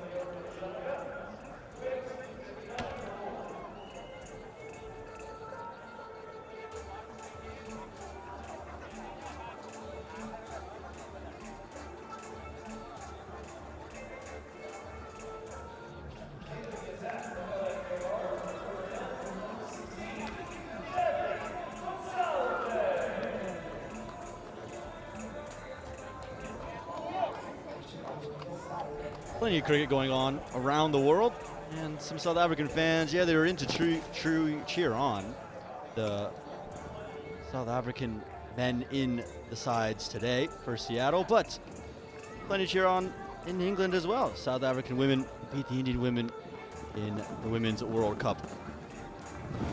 speaking of a South African, man of South African origin, but a domestic player here in Major League Cricket, Shatrick van Schalkwyk.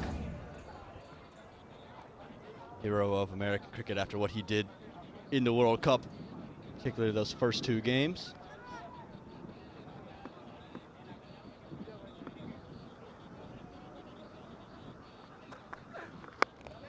It's gone straight up. Who wants it? Van Schalkwyk takes it, gets back in and gets the big man.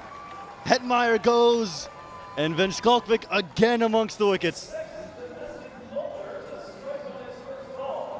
Just unable to cut loose here.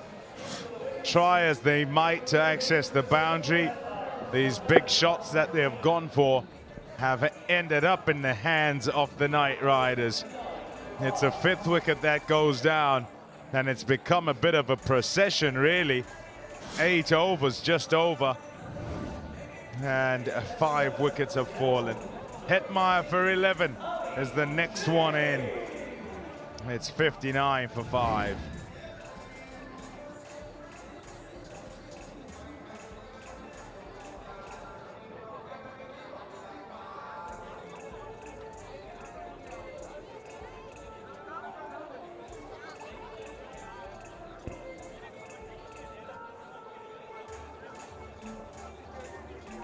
That's what the Orcas are looking to avoid. Just falling into what they had in 2025. Not riding the momentum of a win.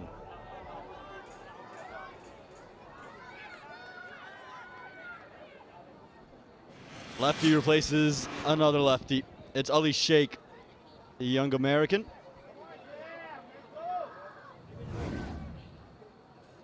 Took his first Major League wicket today. Looking to find his first score of note in the competition.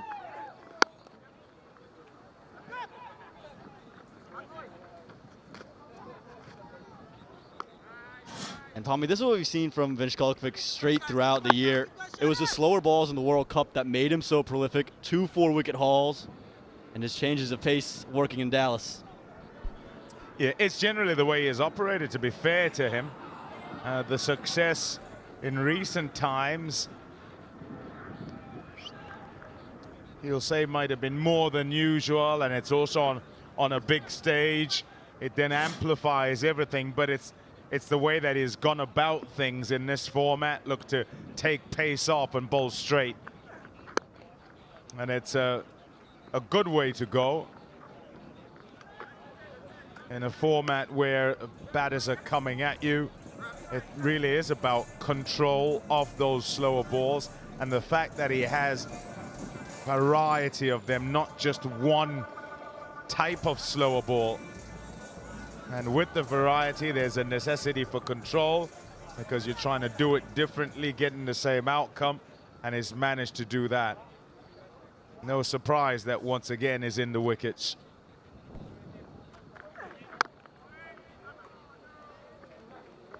It was quite remarkable about Van Schalkwyk. Yes, you're right. All the talk would have been about his 2026 World Cup, but what he did in the minor league season here in the U.S. to close 2025, he was phenomenal. Started the season with a 4-wicket haul, a double hat trick in an over, and then finished the season, last over of the season, a double hat trick there as well. So he's showing great skills, whether it's in the Major League, whether it's international cricket, or even the domestic minor league level as well.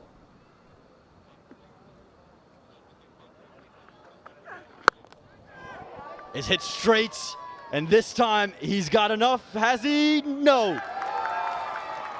Urmuk Chand underneath it, and it's Dasan Shanaka that's got to go.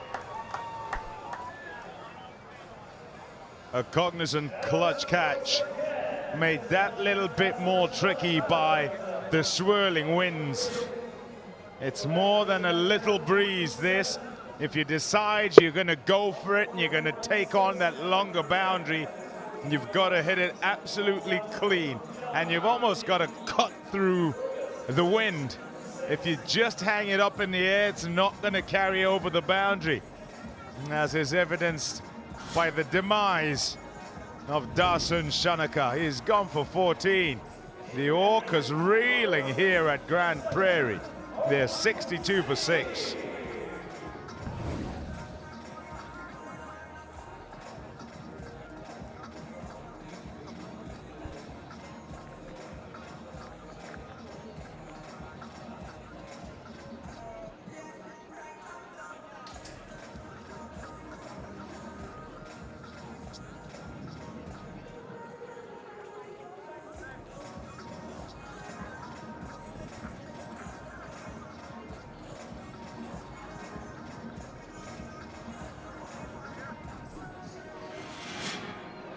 New man in, vice captain Harmeet Singh. After a win against the Washington Freedom, Pommy, the Orcas would have thought, okay, we have momentum, an early win. We haven't had this through 4 years of Major League Cricket. But this one looks to be out of the way for them. And Venchkalpik, first over, 2 wickets, just 3 runs. Welcome to the game. Close at 9, 62 for 6.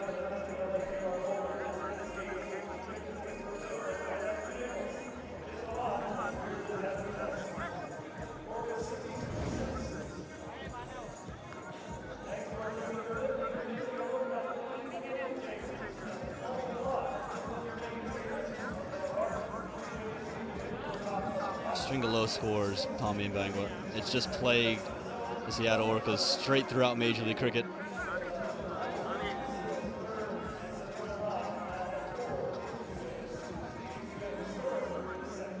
And that momentum of a win for the Orcas seemingly has left them.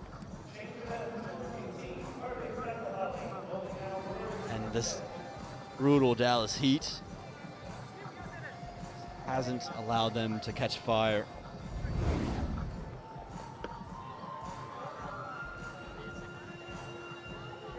It's got to get the bullet for his second over.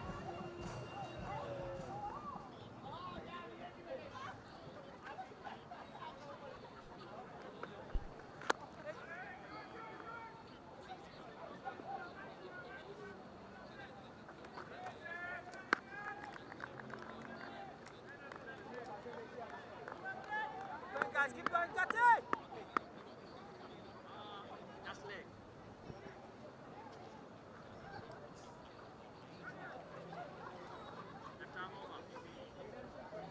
Keep using it.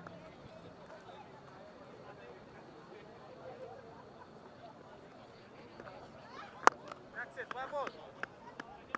New man in is Harmeet Singh, and we heard from him just a little bit earlier. Hi, this is Harmeet Singh. I'm 33 years old, originally from Mumbai, now settled in Houston, Texas. My biggest passion is making mast chicken biryani. Great bowling, buddy, great bowling, huh? Harmeet Singh, he's become a stalwart for cricket in the USA. Captained the Seattle Thunderbolts to a minor league championship back in 2022. And he's already talked about, put on social media, he's got his first win as a Major League captain.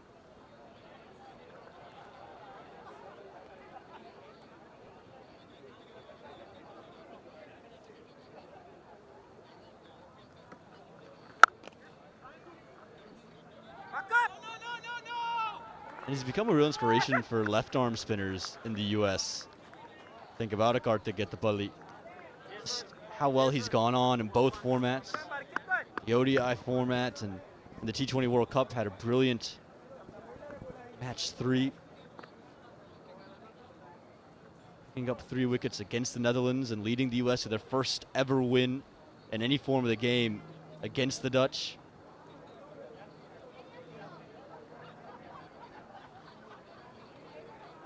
Not sure what this conversation would feature between Holder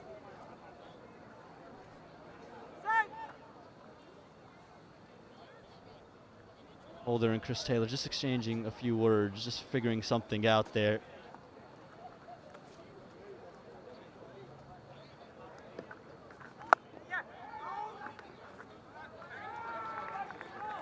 Even left arm spinners like Ali Sheikh would have been inspired by Harmeet Singh, and really good opportunity for him, the youngster, to get some really good experience from the veteran who's been all around the world now.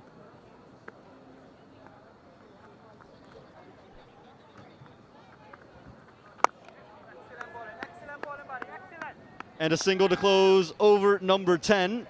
It's 6-7 for 6. And we will have that drinks break come upon us.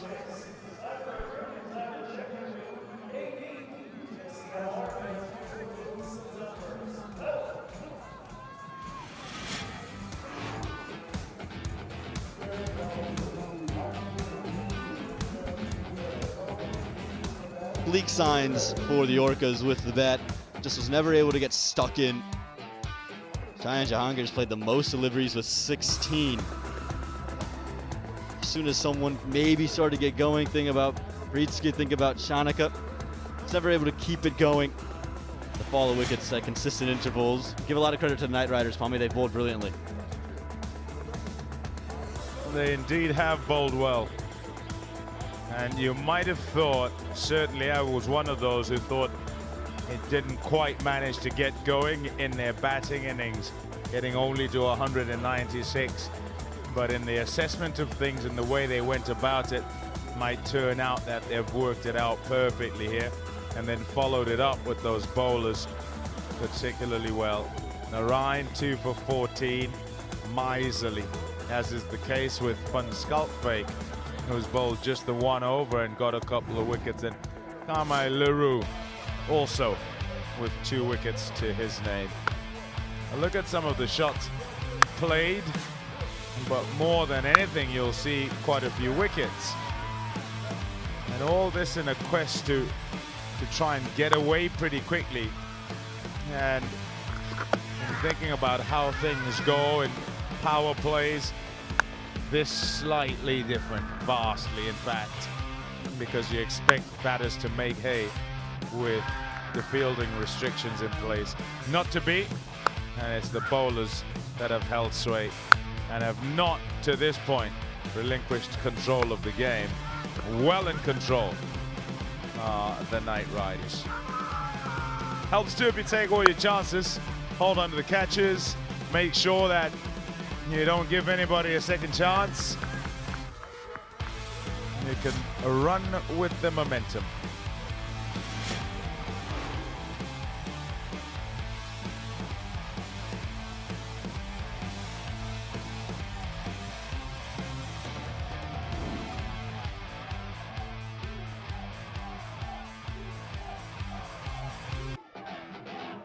You've been terrific.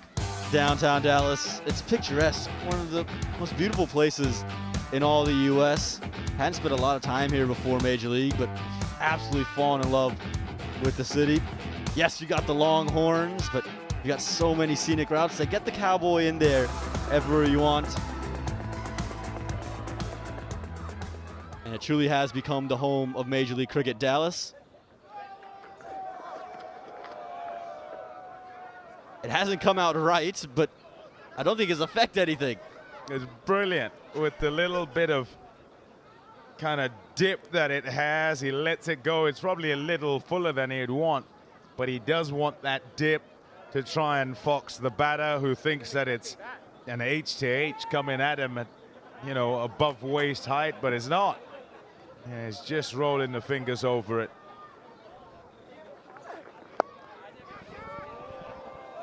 Yeah, picked out the man. Venchkolkvik again. It's always a smile on Shanley Venchkolkvik's face, and the Knight Riders, they're rolling, cruising along. On a roll.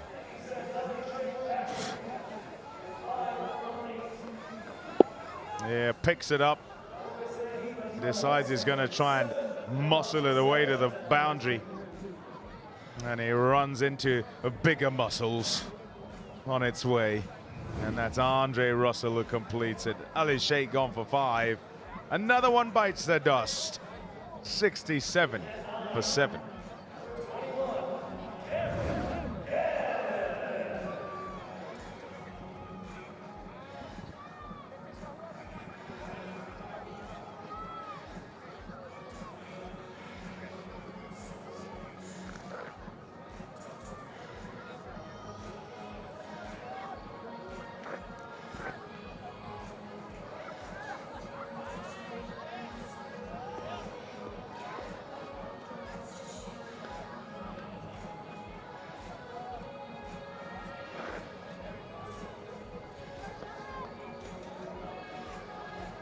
$67 for 7, as it is the bowlers now in for the Orcas. Cameron Gannon.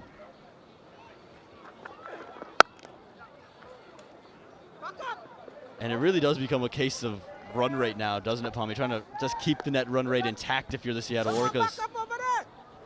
Here's a look at the wicket. Another slower ball. try get inside the line and try and avoid that man there to access the boundary. But in the quest to try and make pace on the ball, he sort of look to force it away and hit it really hard. And with that, kind of sacrifice some accuracy in terms of where they're aiming. And good field placement, good enough movement from Andre Russell, who takes the catch. Yeah, and not just the net run rate. I think you got to play as if you're able to get there. And in so doing, you will address the net run rate. That's what's coming up. Saw some Super Kings there hanging about, having a look. And they play against MI New York in the second game on our double-header Sunday. El Clasico, they call it, don't they, Palm?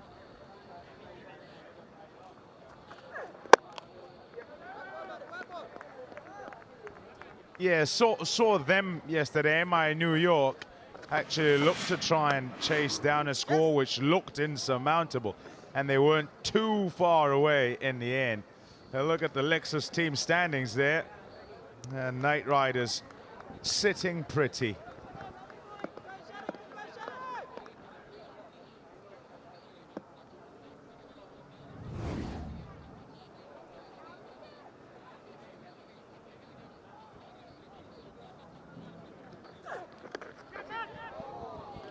Well, it will be a streaky boundary.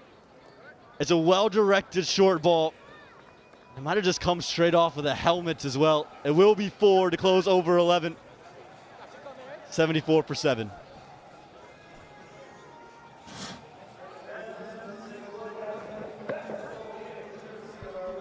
Yeah, leg buys for 4, and because it's off the helmet, it'll be the mandatory.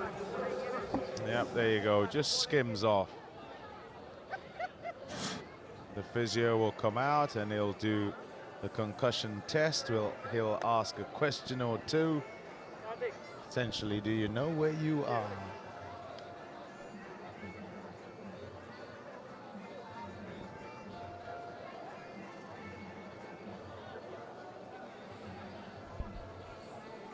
The Orcas are not going to be one looking at the TV right now.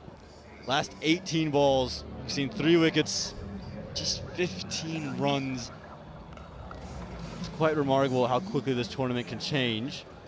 And then even in a year's time, the LA Knight Riders, they haven't sniffed the top of the points table, whether it's been the beginning of the tournament or the end. And right now they're looking to advance that lead up top.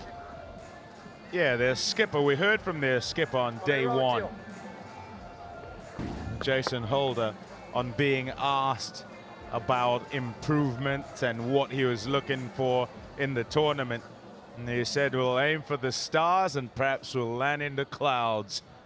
And they're certainly up there presently.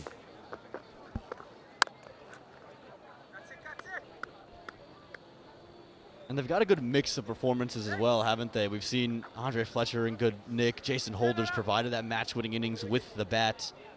Rovman Powell today, 5 sixes in an over. And then with the ball now, Shadi van Schalkvik's getting involved. Sonona Ryan's in it. Even get the bully, been very economical. That's what you want to see for the Knight Riders organization, getting performances all around. Very straight, and it will beat long on. Harmeet Singh putting a little bit of fight back in the innings, 4 runs.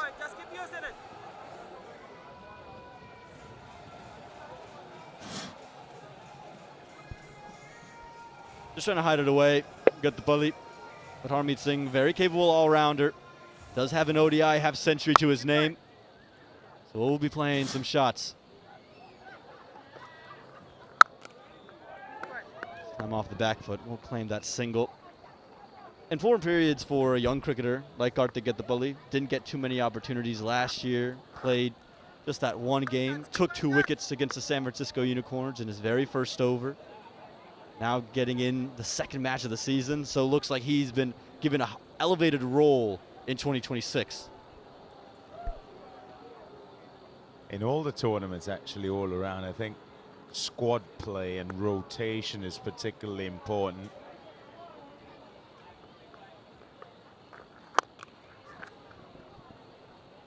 Again in the gap, and again another boundary. So some of the bowlers having some fight back here for the Orcas. They're not quite done yet. Yeah, nicely played, Cameron Gannon. It's an opportunity for him just so slightly short, and he can pick a gap as long as he hits it well enough. Should get it to the fence and does that time. It's gone straight up. Fielders converging, and it won't find one. It was Jason Holder running backwards and just circled all around him. A few laughs around the ground from his teammates because he got himself in a tangle there. Couple of things in play. First up, not so easy running back over your head. You got to turn the right way. It's complicated by wind. Unbelievable from Harmeet Singh. Again, he's not showing that he's out of it yet. It's the third boundary in the over. It's 6 to close 12, 91 for 7.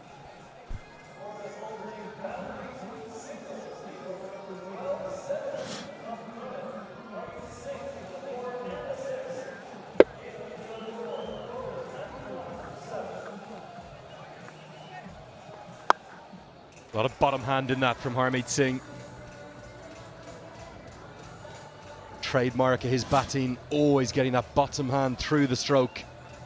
He does it very, very effectively.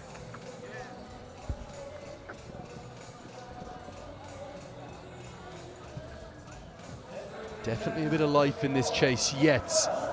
Whether or not they can consider hunting it down, or is it just a bit of late order fun for the likes of Gannon and Harmeet Singh.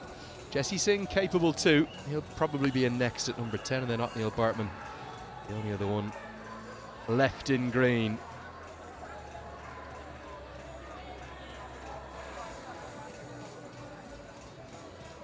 Robin Atapa's joining me. Robin, firstly, or Robbie, we're going to go Robbie. Get those nicknames in. You were telling me about on the way up today.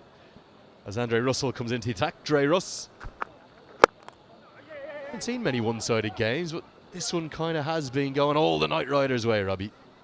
Yeah, and they kind of earned it, didn't they? I think from that time where Rovman Powell hit that 5 sixes, they've held on to momentum from that point onwards.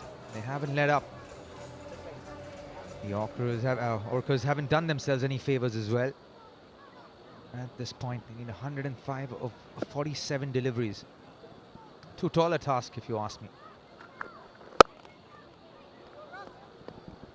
Pumped down the ground. Unmuk Chan does the fielding. Going to see Fap in town. It is El Clasico, the game that we adore here at Cognizant MLC. Fans will flood in here to the Grand Prairie Stadium as the Texas Super Kings, the hometown side, will take on the reigning champions from Season 3, MI New York.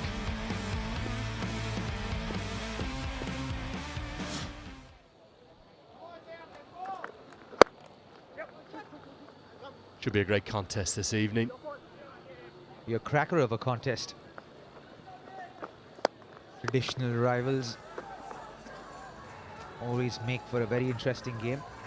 And there you go. A little bit more spark for entertainment.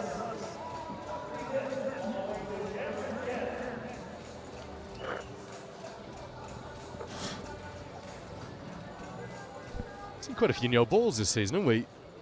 Great use of the technology. Team got Paul Blocker Wilson up there, keeping an eye on it. Oh, great slower ball. Somehow evades the stumps. Wouldn't have mattered. The big unit, Gannon, has to come a long way down before he goes up again. Nicely hidden slower ball from Andre Russell. Practically gone through the shot, Gannon there.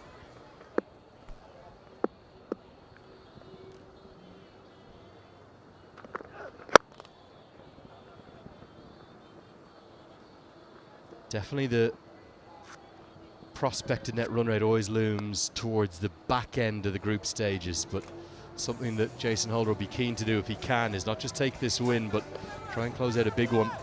Only 3 good deliveries, 3 good pieces of cricket could end this innings. Harmeet Singh's the main danger in terms of his all-round skills. Very, very capable. Clearing the ropes, particularly down over long on. That's where you look to target. A little bit up towards the main grandstand too. Thuds into his back shoulder though. Good use of the shorter ball from Andre Russell.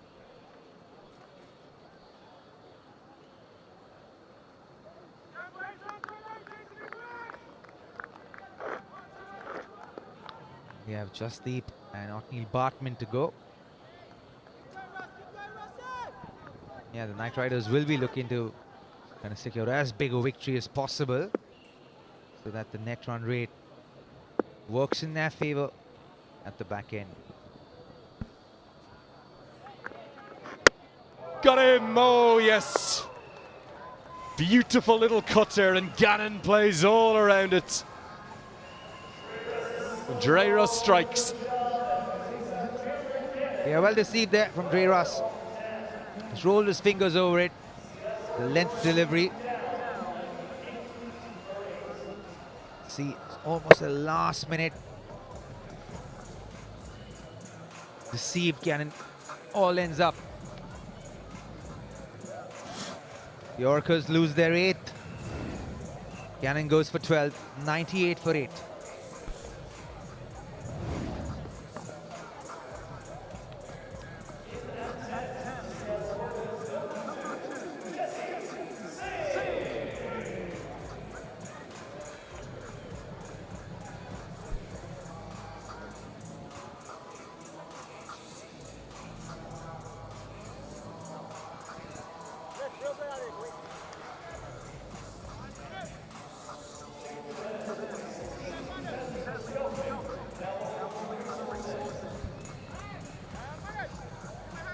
Dre Russ in the wickets with a big smile on his face and very much telling his teammates how he did it. Took all the pace off it. As Holder now goes for the kill, he's going to get Shadi van Schalkwijk back into the attack. Be bowling to his 2 USA international teammates, to Harmeet Singh and Jasdeep Singh. Jesse at the non-striker's end.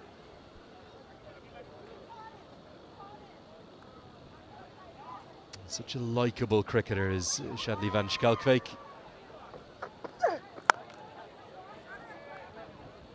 Really one of the stories, wasn't he, of that T20 World Cup. Right at the top of the wicket-taking charts. Here's the clever piece of bowling from Dre Russ. Beautifully done. At the absolute last second, just rolls his fingers over it. Deceived him, all ends up. Indeed was one of the best bowlers in the World Cup from the Associate Nations. Created an impact, which has landed him, I suppose, this gig.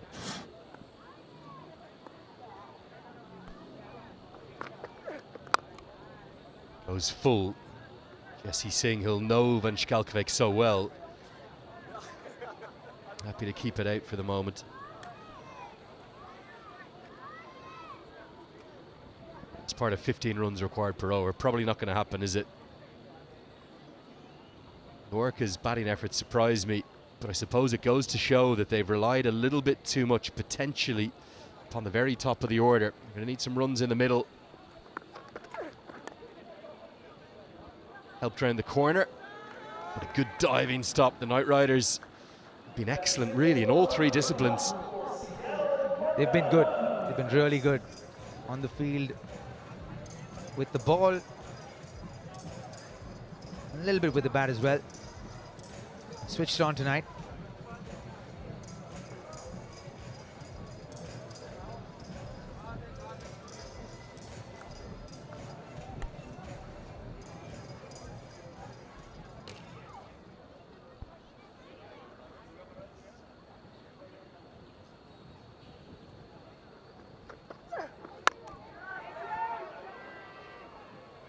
Mistimed to the point where it's not quite going to carry to deep mid-wicket. Nitish Kumar on as a subfielder. Unable to get there. Let's taking a look at our Remitly leading wicket takers, and just like he was at the T20 World Cup, Shadley van Schalkwyk back in there. Shadow, such a likeable character, and having a real purple patch in the purple of the Knight Riders. Just having a great time of things over the last 18, 24 months. A bit reminiscent, isn't it, of Ian Holland? I know he's a bit quicker than him, but just a bowler who knows his own game really, really well. Yeah, I think he understands his bowling really well and what works for him. Stays within himself, trying to overdo things, sticks to his strength, very disciplined. Most bowlers or most batters who are successful understand their game really well, execute and stay within their limits and stay within what works for them, their skills that actually bring them success.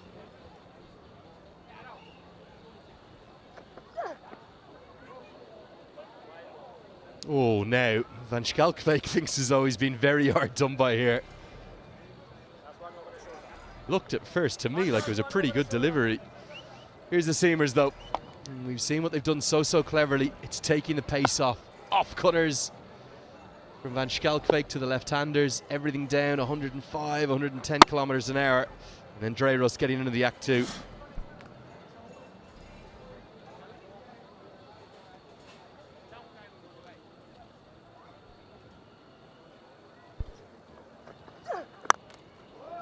Oh, this goes downtown. Might just clobber into the roof of our commentary box. Big six. Bottom hand does the work. 109 for 8.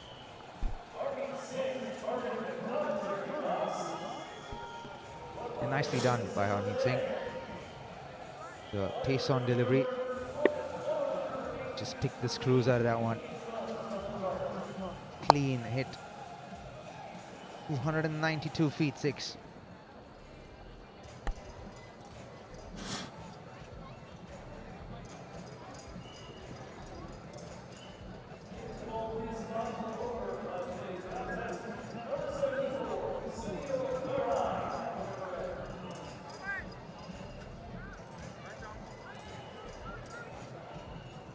Lots of signatures being picked up. I can make out Donovan Ferreira there in the front. Where's Faf? Faf's in the mix there surely somewhere. What kind of a signature did you have? Was it legible or not, Robbie? Yeah, mine is legible. Is. For a moment there I was like, maybe it was, but no, it still is. Yeah, the autograph's kind of gone out of fashion. All about the selfie now, isn't it? As Narayan returns to the attack, they're going to get through for the single. Not the most convincing one, though. You can remember, get those tickets, not just for here this evening, but get them for out the West Coast. We're heading out to Oakland. Matches from the 24th to the 28th in the group stages. Then down for the very first time to Pomona, to the new Olympic venue. Part of the Pomona Fairplex for the Los Angeles leg, where the Knight Riders love their home games. We'll come back then to Dallas. And then, for the first time in MLC history, we'll have the playoffs and the championship final on July 18th, fittingly, that epic Oakland Coliseum. Robin, I cannot wait for you to see this venue. It's something special, real sporting history there. I look forward to it. Then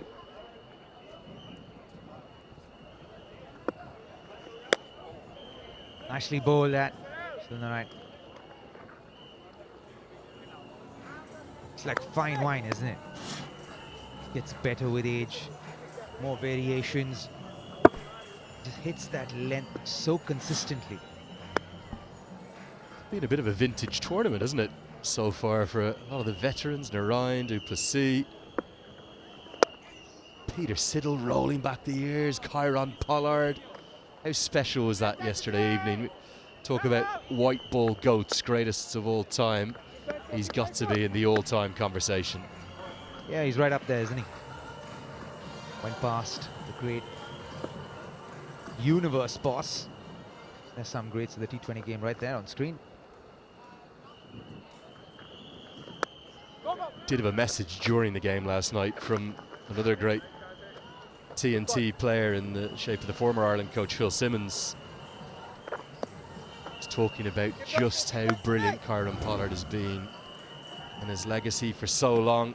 Narayan and Russell both have very likely chances of joining Pollard in that 600 club too. Talk about longevity, consistency, aptitude and attitude. All three of them have it in spades. 113 for 8. What was your final career number? The 200s, 300s, 400s? Number of matches? I think close to 300 in all of T20. But imagine if Indians are allowed to play everywhere in the world. Then. Imagine the numbers then. You'd have played 1,000, Robin. Yeah, you betcha.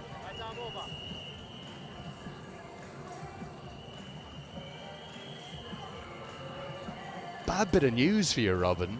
You know me, always look it up quickly. Didn't quite get to 300, 291. You were 9 short. Yeah, which is what I said. I said close to 300, but in the high 200s.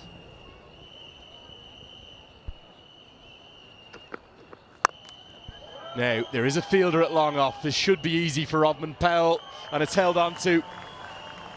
Andre Russell has a change of ends, and again he picks up another wicket. Oh my goodness. Everything going the LA Knight Riders' way.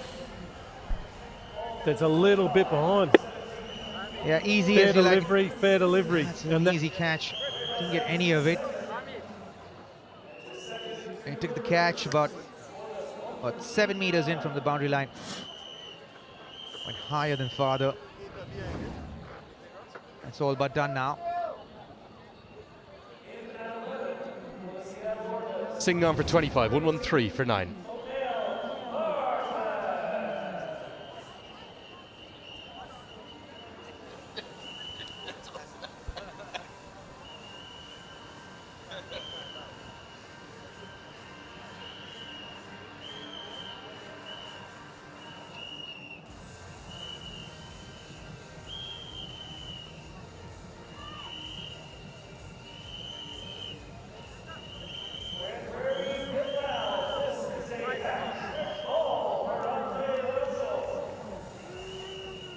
Well, Dre Russ across 2 overs has found a wicket.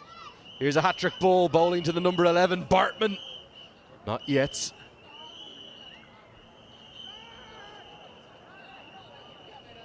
We have yet to have a hat-trick in Cognizant Major League Cricket history.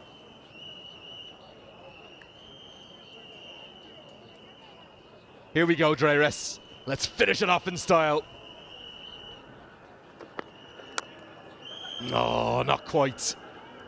Was targeting the stumps, but just a bit wide. That is a big no ball. It is a no ball, a big no. Does he get another go here?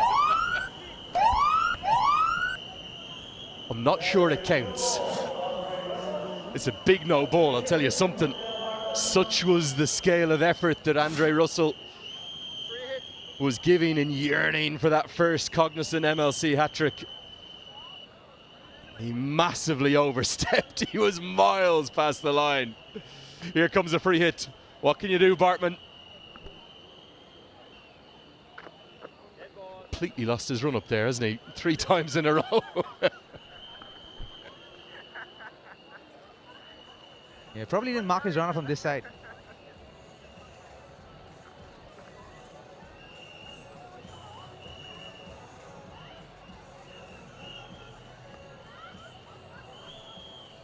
It's unfortunate this that after no ball it isn't counted.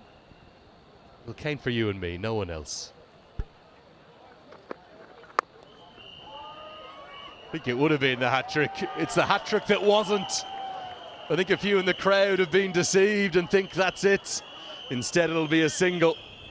Cannot be out caught off a free hits, of course.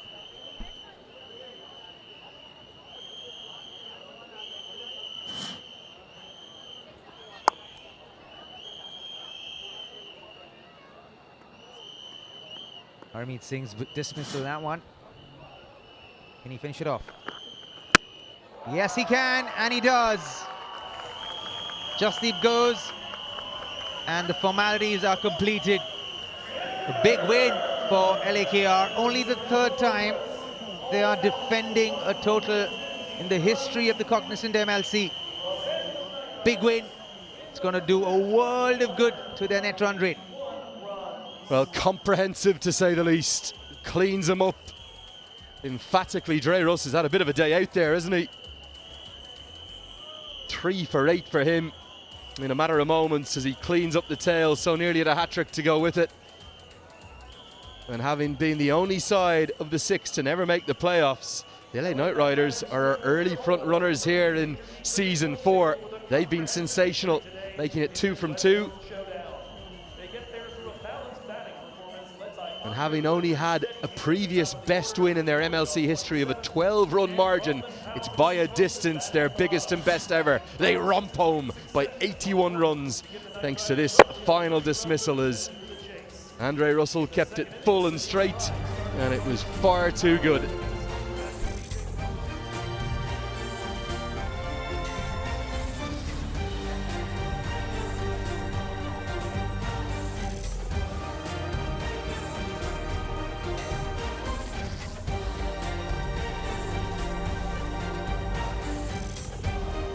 Yeah, comprehensive win for the LAKR.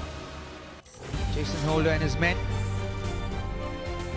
The win by 81 runs. Big win. And a big benefit from that too. The value of that will be exposed only at the end of the league stage. That's the Orcas batting today with Seifert and Jahangir not doing well and coming off for them. They were left wanting to get that score of 196. It felt like a pack of pins.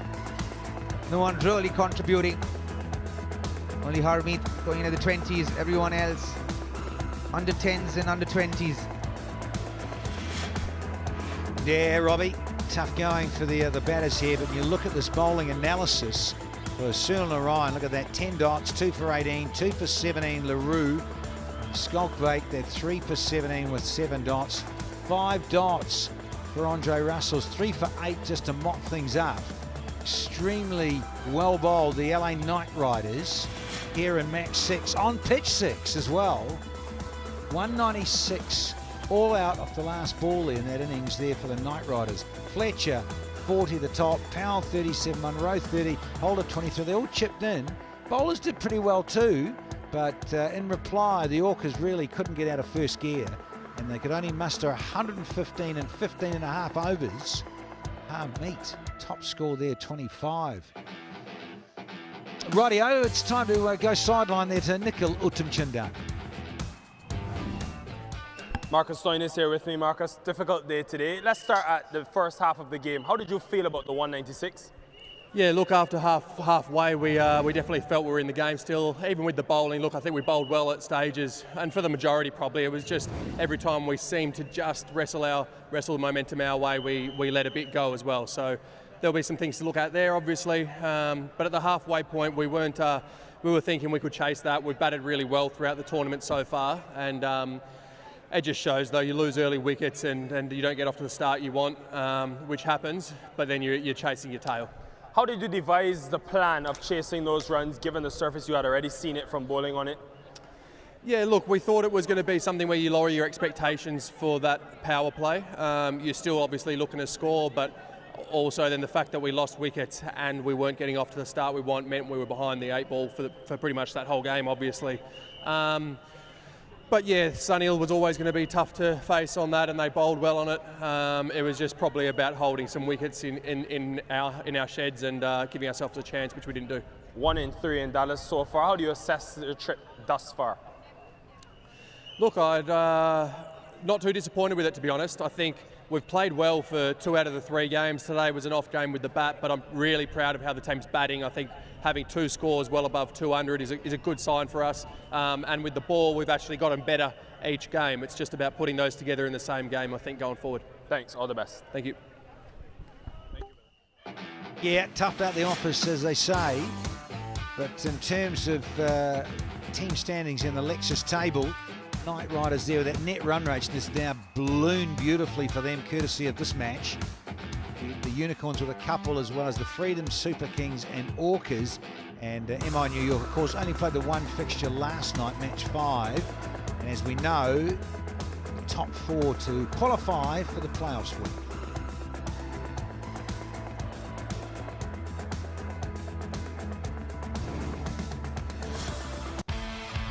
Yeah, they had to come out and try and get 197. But Robbie, when you lose wickets early, you really are under the pump.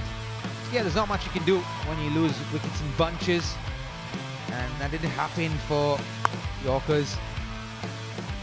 Try to keep going.